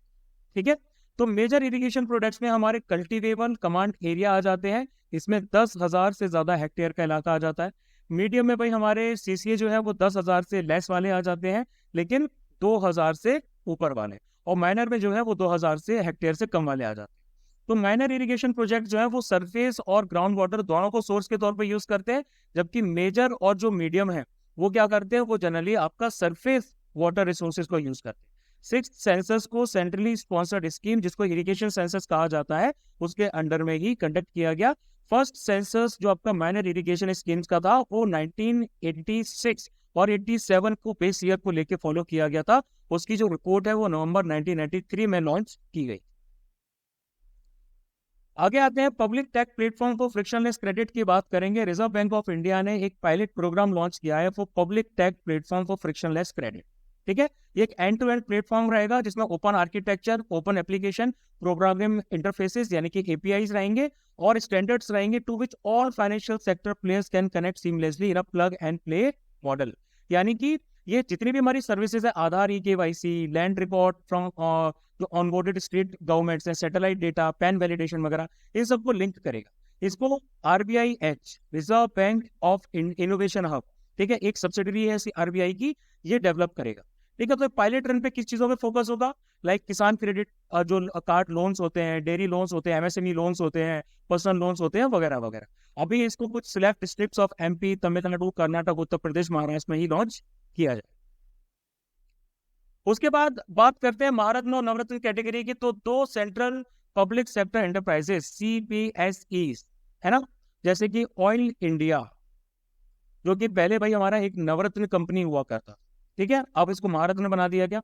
उसके बाद ONGC विदेश, ठीक है, इसको भी, ये पहले मिनी रत्न हुआ करता, ठीक है, इसको अब क्या कर दिया गया, नवरत्न की कैटेगरी में डाल दिया गया।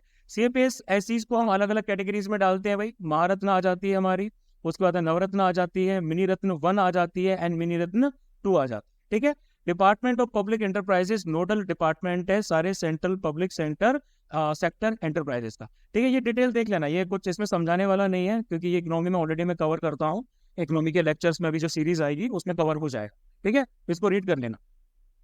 उसके बाद में आते हैं गोल्डीलॉक्स सिनेरियो के बारे में। तो गोल्डीलॉक्स सिनेरियो इकोनॉमी में ऐसा सिनेरियो रहता है, एक आइडियल सिचुएशन रहती है जहां पर एक स्टेडी ग्रोथ देखी जाती है, यानी कि ग्रोथ ना तो बहुत ज्यादा हाई है, बहुत ज्यादा हॉट भी नहीं है, इन्फ्लेशन हो जाए ऐसी भी नहीं है, और ज्यादा लो भी नहीं है कि भाई लो डाउन हो जाए। ठीक है, की फीचर्स कैसे आते हैं, की फीचर्स इसमें आते हैं लो रेट ऑफ अनएम्प्लॉयमेंट, है ना, अनएम्प्लॉयमेंट भाई कम हो जाता है, स्टडी जीडीपी ग्रोथ भी होता है इसमें। इसके साथ साथ लो रिटेल इन्फ्लेशन भी होता है भाई, है ना, लो इन्फ्लेशन हो जाता है, और इंटरेस्ट रेट भी जो रहती है वो आपकी कम रहती है। तो गोल्डीलॉक्स फेज एक यूजुअली टेम्परेरी होता है नेचर में, और ये तब आपका जनरली तब आता है कि जब इकोनॉमी को एक काफी बड़ा तगड़ा झटका लगा होता है, उसके बाद रिकवरी और जब ग्रोथ का पीरियड आता है ना, तब वही हमारा गोल्डीलॉक्स इकोनॉमी इसको कहलाता है। अब उसके बाद लास्ट फेज पे आ जाते हैं, that is environment and ecology. तो देखो मित्रों, impact of climate changes on Shaligram. Shaligram जो हिंदुओं के द्वारा और बुद्धिस्ट के द्वारा काफी ज्यादा पवित्र माने जाते हैं, तकरीबन 2000 साल या उससे पहले से भी, ये एनिग्मेटिक एंशिएंट फॉसिल्स होते हैं अमोनाइट्स के। ठीक है, एक extant class of sea creatures है जो कि मॉडर्न स्क्विड्स से जुड़ी हुई है। ये मिस्टिकल स्टोन्स जो रहते हैं काफी ज्यादा सिग्निफिकेंस होल्ड करते हैं religious and cultural traditions of south Asian communities, खासकर नॉर्दर्न नेपाल के रिमोट रीजन में, जहां पर आपकी काली गंडकी जो रिवर वैली वो, ठीक है, मस्टांग एरिया आता है नेपाल का, वहां पर न्यूबाइन हिमल ग्लेशियर के आसपास। ठीक है, शालिग्राम्स आपकी काली गंडकी रिवर वैली जो मस्तांग नॉर्दर्न नेपाल में लाई करता है, वहां से ओरिजिनेट होते हैं। प्राइमरीली इनको भगवान विष्णु का मैनिफेस्टेशन यानी कि एक रूप माना जाता है, पूजा की जाती है इनकी, है ना। माइथोलॉजी के हिसाब से ये जो स्टोन्स हैं, ये दो लेजेंड्स के द्वारा भाई आपके क्रिएट किए गए थे। पहली तो ये है कि भगवान विष्णु जो है उनको माता तुलसी जो थी उन्होंने श्राप दिया था, ठीक है, और कहा था कि भाई आप पत्थर में बदल जाओगे। दूसरे के हिसाब से क्या है कि एक सेलेस्टियल वर्म है जिसको वज्र कीट कहा जाता है, ठीक है, वो ऐसा एक स्पाइरल फॉर्मेशन ले लेता है। अब उसके बाद आते हैं एलिफेंट पॉपुलेशन एस्टिमेट्स की तरफ। तो recently elephant population estimates conduct किए गए स्टेट्स के द्वारा। कौन कौन से स्टेट्स भाई, कर्नाटक आ जाता है हमारा, कर्नाटक और तमिलनाडु के द्वारा। तो इन्होंने बोला है कि सिग्निफिकेंट डिक्रीज इंक्रीज देखा गया है एलिफेंट के नंबर्स में, अगर हम 2017 और 2023 को कंपेयर करते हैं तो, ठीक है। जबकि केरल जो है इनके अंदर एक सिग्निफिकेंट डिक्लाइन देखा गया। तो कर्नाटक में जो पॉपुलेशन है वो 6049 से 6395 बढ़ी है। तमिलनाडु में 2761 से डायरेक्ट आपकी 2961 बढ़ी है, ये तो इनमें काफी ज्यादा इंक्रीज देखा गया है। जबकि केरल में 9026 से 4306 ड्रॉप हुई है, काफी ज्यादा डिक्लाइन। तो एक्सपर्ट्स का कहना है कि ये आपका माइग्रेशन की वजह से है और इन्वायरमेंटल फैक्टर्स की वजह से है। ओवरऑल एलिफेंट काउंट तीनों स्टेट्स का 2023 में है 13,662, है ना। 2017 में कितना था, 17,836। एलिफेंट डेथ जो रहती है ये भी काफी एक इंपॉर्टेंट फिनोमेना है जो कि डिसीज की वजह से होता है, जिसमें हमारी एंडोथेलियोट्रोपिक हर्स्पे वायरस भी आ जाता है। उसके बाद बात करेंगे एनवीआरआई नमो 108 की। तो union minister doctor Jitendra Singh ने यूनिक नमो 108 लोटस यानी कि कमल का फूल जो है एक वैरायटी है, इसको CSIR NBRI ने डेवलप किया है। 108 पेटल्स होते हैं इसके अंदर, ठीक है। इसका काफी रिलीजियस सिग्निफिकेंस भी देखा जाए, साइंटिफिक अचीवमेंट भी है, प्राइम मिनिस्टर मोदी के टेन्योर को सिंबलाइज करता है। लोटस जो कमल का फूल रहता है ये आपका मार्च से लेकर दिसंबर तक फ्लावर करता है। इसको मणिपुर में डिस्कवर किया गया था और इसमें काफी ज्यादा इनरिच्ड न्यूट्रिएंट्स है और इसके जीनोम जो है पूरी तरीके से फुली सीक्वेंस है। इसके बाद आता है भगवा पोमेग्रेनेट, सब भगवा हो रहा है। तो भाई हमारी जो एपेडा है, ठीक है, इन्होंने क्या किया है, एपेडा मतलब agricultural and process food products export development authority, इन्होंने फर्स्ट ट्रायल शिपमेंट भगवा पोमेग्रेनेट का यूएसए के लिए किया है कि भाई यूएसए भेजा जाएगा, ठीक है, इन कोलैबोरेशन विद एनपीपीओ। एनपीपीओ क्या है, national plant protection organisation. High antioxidant content है इसके अंदर, सुपर फ्रूट कैरेक्टरिस्टिक्स है। सोलापुर महाराष्ट्र जो रहता है वो तकरीबन 50% पोमेग्रेनेट एक्सपोर्ट इंडिया से करता है। जो हमारा एपेडा है वो एक स्टेचुटरी बॉडी है, एपेडा एक्ट 1985 के अंडर में इसको बनाया गया था। ये हमारी apex export trade promotion authority, ठीक है। और एनपीपीओ क्या है भाई, हमारा ये directorate of plant protection quarantine and storage जो रहता है वो नेशनल एनपीपीओ के अंडर में होता है। उसके बाद बात करेंगे global biodiversity framework fund JBFF के बारे में। तो भाई JBFF के बारे में सीधी सी बात बता रखी है, 1991 में स्टैब्लिश किया गया, मल्टीलेटरल इन्वायरमेंट फंड है। और बाकी सारी डिटेल आप देख लेना, बताने वाला ऐसा कुछ खास नहीं, काफी ज्यादा इन्फॉर्मेशन। बात करेंगे हम एग्रो फॉरेस्ट। देखो जो चीजें सामने एविडेंट होती है ना उनको एक्सप्लेन करने का कोई सेंस नहीं बनता। मेरे ख्याल से आप लोग इतने पढ़े लिखे हैं, इतने समझदार हैं कि चीजों को आप ऐसे हैंडल कर सकते हैं।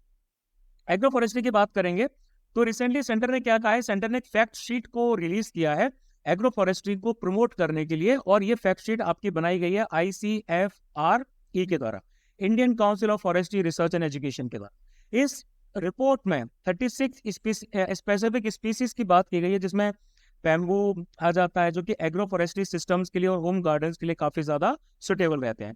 36 स्पीसीज में भाई हमारी आ जाती है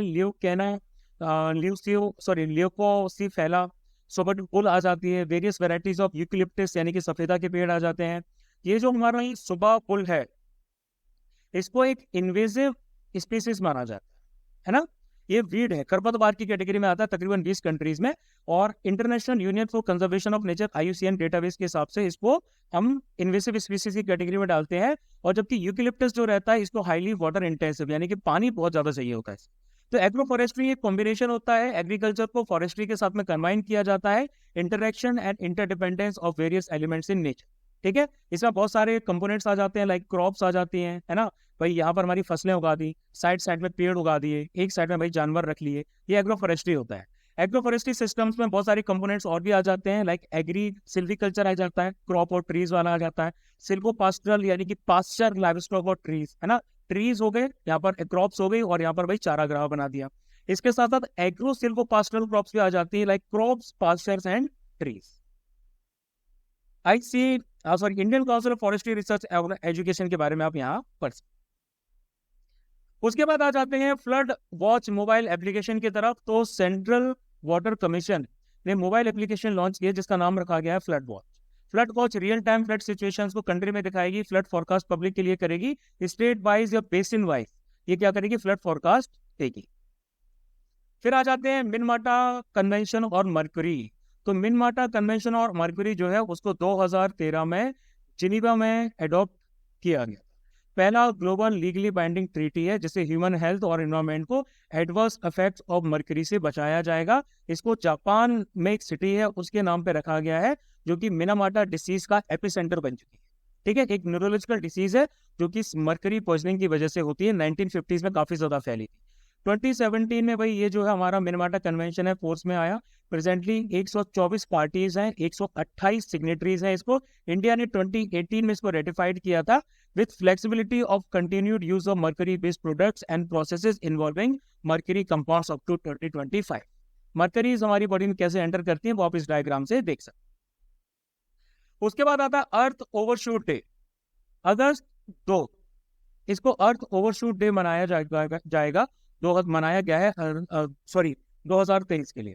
अर्थ ओवरशूट डे हमारा एक ऐसा दिन होता है जब ह्यूमैनिटी की जो डिमांड है इकोलॉजिकल रिसोर्सेज के लिए, सर्विसेज के लिए, वो आपकी उस चीज को एक्सीड कर रही है जितना अर्थ रीजनरेट कर सकती है उस ईयर। ठीक है, तो ये ग्लोबल फुटप्रिंट नेटवर्क जो आता है इंटरनेशनल रिसर्च ऑर्गेनाइजेशन का, उसके द्वारा मेजर किया जाता है हर साल। 1971 से इसको मेजर किया जा रहा है। ठीक है, इसमें सिंपली कैलकुलेट किया जाता है कि भाई हमारे प्लेनेट की बायो कैपेसिटी कितनी है, यानी कि जो क्वांटिटी है इकोलॉजिकल रिसोर्सेज की जो अर्थ हर साल जनरेट कर सकता है, और बाय ह्यूमैनिटीज इकोलॉजिकल फुटप्रिंट, और हमारी ह्यूमैनिटी की डिमांड कितनी है। ठीक है, तो उसको मल्टीप्लाई किया जाता है भाई आपका 365 से। जिस दिन एक्सीड कर जाता है उस दिन अर्थ ओवरशूट डे मनाया जाता है।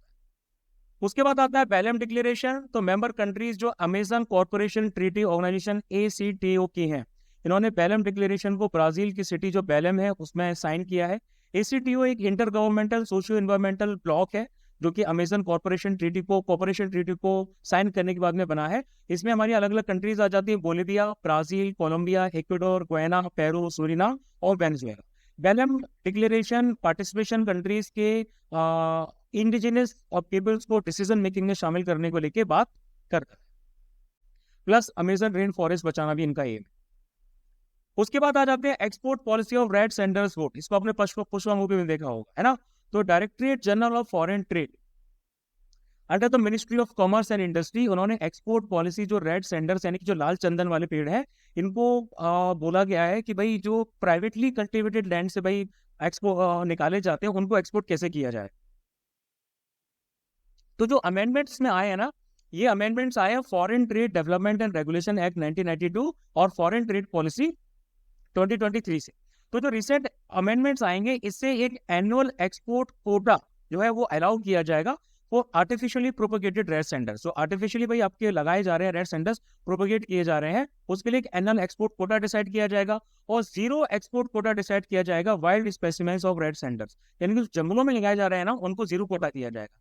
तो फॉरेन ट्रेड पॉलिसी के हिसाब से जो इंपोर्ट किया जाता है रेड सेंटर्स का वो प्रोहिबिटेड है, जबकि उसका एक्सपोर्ट जो है वो रिस्ट्रिक्टेड है, यानी कि वो लागू रहता है, मतलब कि सरकार ही इस पर डिसाइड कर सकती है।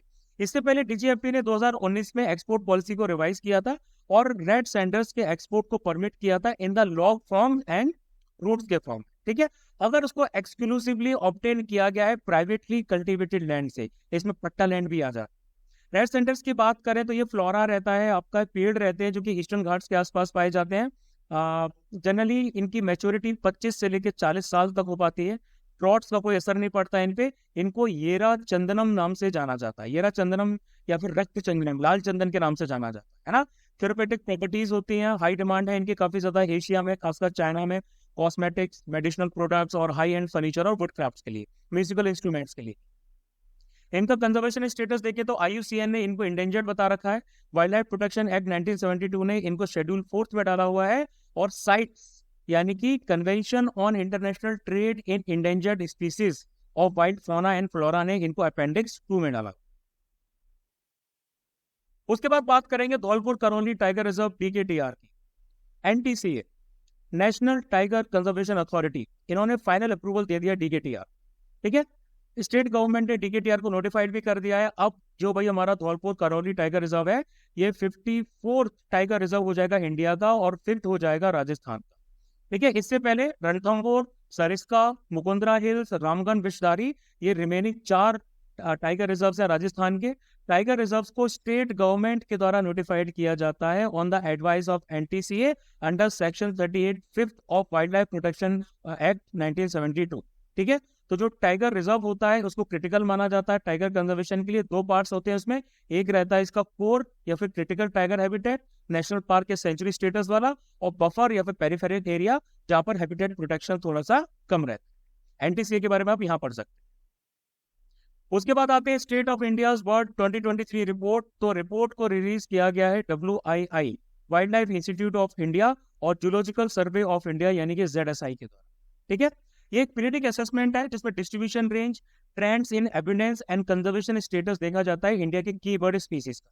बर्ड स्पीसीज की जो रिचनेस है वो काफी ज्यादा कम हो चुकी है, क्योंकि कमर्शियल मोनोकल्चर, प्लांटेशन बढ़ चुके हैं, अर्बनाइजेशन हो चुका है, इंफ्रास्ट्रक्चर डेवलपमेंट हो चुका है, क्लाइमेट चेंज हो चुका है ना। अब आसपास आपको कोए नहीं दिखेंगे, आपको गौरैया नहीं दिखेगी, अलग अलग तरह के जो आपको पहले पक्षी दिखा करते थे आज से 10-15 साल पहले, वो आपको बहुत कम दिखेंगे, ठीक है। लॉन्ग डिस्टेंस माइग्रेंट्स भी आपके काफी ज्यादा डिक्लाइन कर गए हैं, खासकर 50% के करीब डिक्लाइन कर गए हैं, यानी कि आर्कटिक के आसपास जो शोर बर्ड्स होते हैं जो वहाँ ब्रीडिंग करते हैं, है ना, उनकी भी काफी ज्यादा डिक्लाइनिंग, तकरीबन 80% की डिक्लाइनिंग देखी गई। बहुत सारी सेवरल इंडियन बर्ड स्पीसीज आ जाती है, लाइक इंडियन पी फॉल आ जाता है, रॉक पिजन, एशियन कोयल और हाउस क्रो, इनके अंदर एक इंक्रीजिंग ट्रेंड देखा जा रहा है। इसके साथ साथ इंडेंजर्ड की स्पीसीज में भाई हमारा इंडियन स्किमर जो है उसको रखा गया है। इंडियन स्किमर कहाँ पाया जाता है? इंडियन स्किमर पाया जाता है चंबल, गंगा, महानदी, यमुना और सोन के पास में। ब्लैक बैली टर्न जो है ये चंबल, महानदी, गंगा, सोन, गोदावरी और यमुना के आसपास पाया जाता है।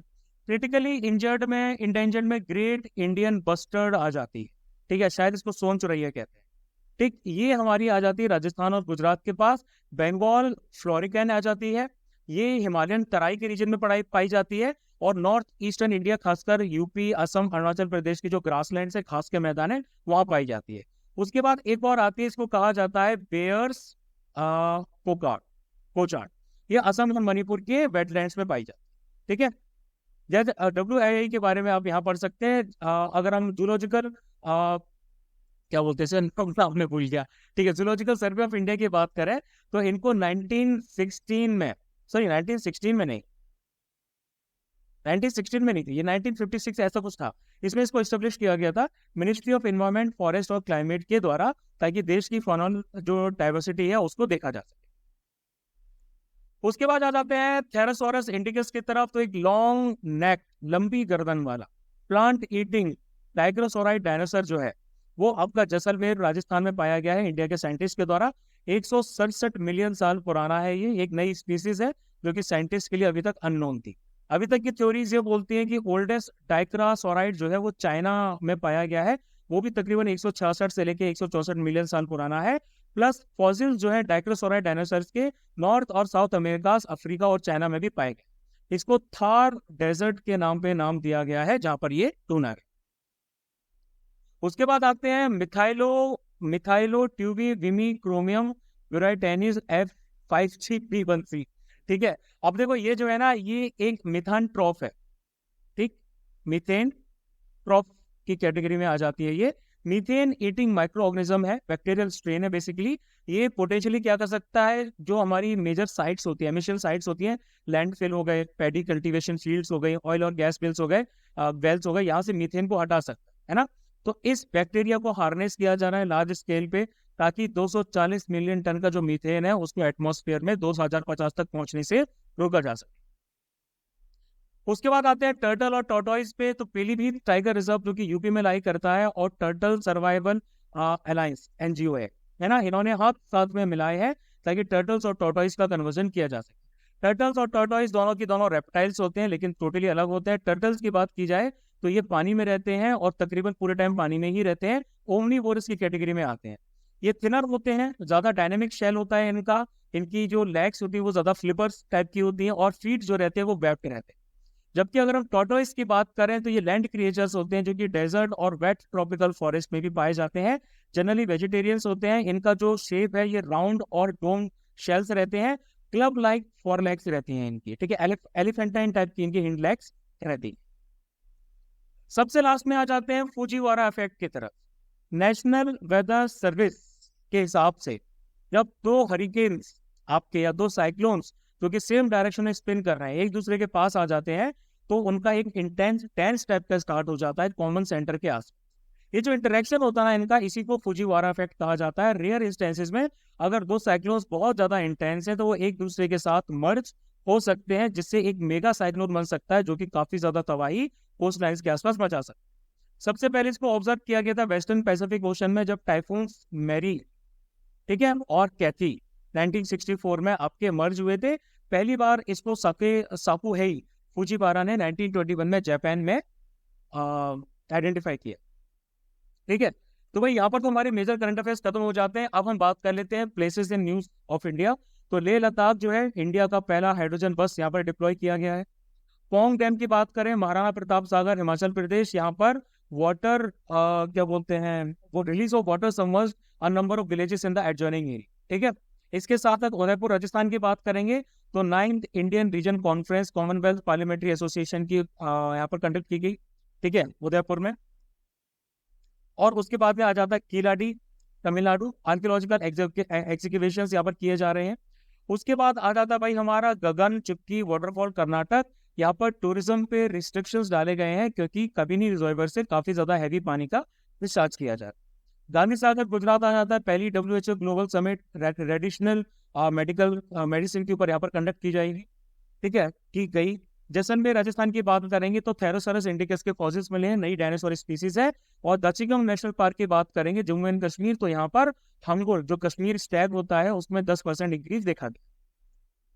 वर्ल्ड के प्लेसेस की बात करेंगे तो भाई सबसे पहले आ जाता है यहाँ पर Ukraine. UNESCO propose to add Kyiv to the list of world heritage in danger, है ना, वॉर की वजह से।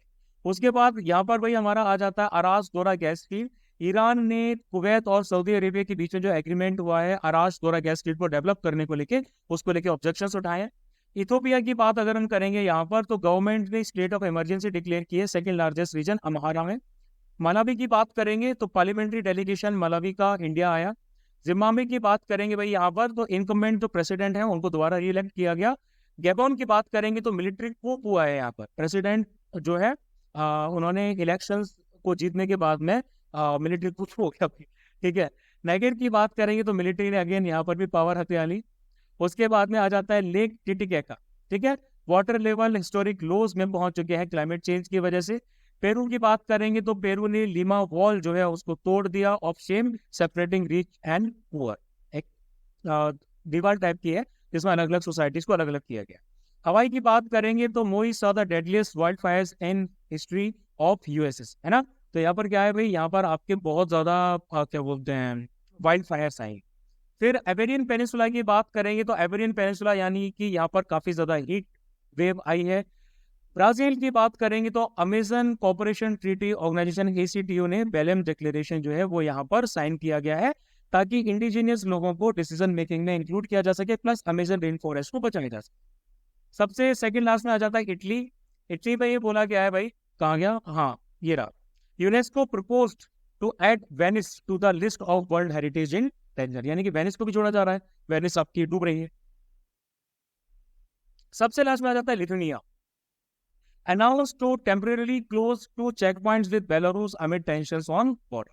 ठीक है, ये सारी हमारी कवर हो गई है। अब आपकी इंपॉर्टेंट इन्फॉर्मेशन आ जाती है जीके लेवल अप बैच को लेके, मैं ऑलरेडी बता चुका हूँ, फिर से बता रहा हूँ भाई, 17 जून से यानी कि मंडे से हम लोग GK level up batch start करने जा रहे हैं, है ना। सिर्फ इसमें जीके की बात होगी और कुछ नहीं। ये बैच आपका मंडे से लेके सैटरडे तक चला करेगा। मंडे से लेके सैटरडे भाई हम इसको कंडक्ट करेंगे। क्लासेस सुबह 9 बजे से स्टार्ट होंगी। जनरली क्लासेस का ड्यूरेशन 1 से 1.5 घंटा रहता है। और डिस्क्रिप्शन जो आपका, जैसे मैं आपको भी डिस्क्राइब कर रहा हूँ, मीडियम ऑफ टीचिंग ऐसा ही रहेगा, कंटेंट इंग्लिश में रहेगा, डिलीवरी हिंदी में रहेगी, मोस्टली ऐसा ही रहता है। प्लस इसके साथ साथ जैसे मैंने बताया, इसमें इम्प्रोवाइज्ड जीके की लेवल को हम काउंटर करेंगे, है ना, जो कि भाई हमारा यूपीएससी ने, आप सबको पता है कि भाई लेवल बढ़ा दिया पढ़ाई। तो जब पढ़ाई का लेवल बढ़ा दिया तो हम लोग भी इस लेवल को बढ़ाने जा रहे हैं, सीधी सी बात है। ऑलरेडी CAPF और CDS का जो फिलोरा बैच है उसमें ये चीज लागू कर दी गई है। तो अब जीके लेवल अप बैच हमारा 75 डेज के लिए लागू किया जाए। सारे सब्जेक्ट्स कवर होंगे। We will be starting with geography, economy, polity, current affairs तो भाई आपके कवर हो ही रहे हैं, हिस्ट्री एंड साइंस, सारे के सारे सब्जेक्ट्स को कवर किया जाएगा। और सिर्फ जीके के सब्जेक्ट्स को कवर किया जाएगा, कोई इंग्लिश नहीं, कोई मैथमेटिक्स नहीं, पूरा का पूरा फोकस जीके पे रहेगा। तो ऐसे जो भी एस्पिरेंट्स हैं, जो फ्रेशर भी हो सकते हैं, चाहे वो बंदे भी हैं जिन्होंने एग्जाम कई बार दिया है लेकिन नहीं निकला है, अगर आपका जीके का एग्जाम नहीं निकल रहा है तो प्लीज कम हियर, इनरोल कीजिए। इनरोल करने के लिए 8839961158 पर आप लोग DM कर सकते हैं अपने नेम के साथ। नेम के साथ साथ अपनी करंट सिटी के बारे में बताइए, अपना करंट जॉब या फिर कोर्स जो आप परसू कर रहे हैं उसके बारे में बताइए, और आप बताइए कि आप जीके लेवल अप बैच के लिए इनरोल करना चाहते हैं। ठीक है, अब ये क्लासेस हमारी लाइव होंगी जैसे कि मैंने आपको बताया, और हर क्लास आपको रिकॉर्डेड भी अवेलेबल कराई जाएगी। प्लस इसकी वैलिडिटी 1 साल के लिए रहेगी, 1 साल तक भाई इसकी वैलिडिटी रहेगी। बहुत अच्छे लेवल का ये बैच होने वाला है। अगर आप लोग सीरियसली इंटरेस्टेड हैं, वर्क करना चाहते हैं, 75 डेज के लिए मेहनत करना चाहते हैं जीतो, तो भाई आप और इस बैच में एनरोल करो, क्योंकि इस बैच में से बंदे एग्जाम निकालने जा रहे हैं। आप उनमें शामिल होना चाहते हो कि नहीं होना चाहते, दैट इज अप। ठीक है, सीधी सी बात है भाई, इतना ही डिस्क्रिप्शन दूंगा मैं, इससे ज्यादा नहीं। इससे ज्यादा डिटेल चाहिए तो भाई इस नंबर पे आप लोग DM कर लेना। मंडे से स्टार्ट होगा, ठीक 9 बजे यहाँ पे पहुंच जाना। अगर जिंदगी में कुछ बड़ा करना चाहते हो तो ठीक 9 बजे पहुंच जाना। ठीक है, चलिए मित्रों, आज के लिए इतना ही। जय हिंद।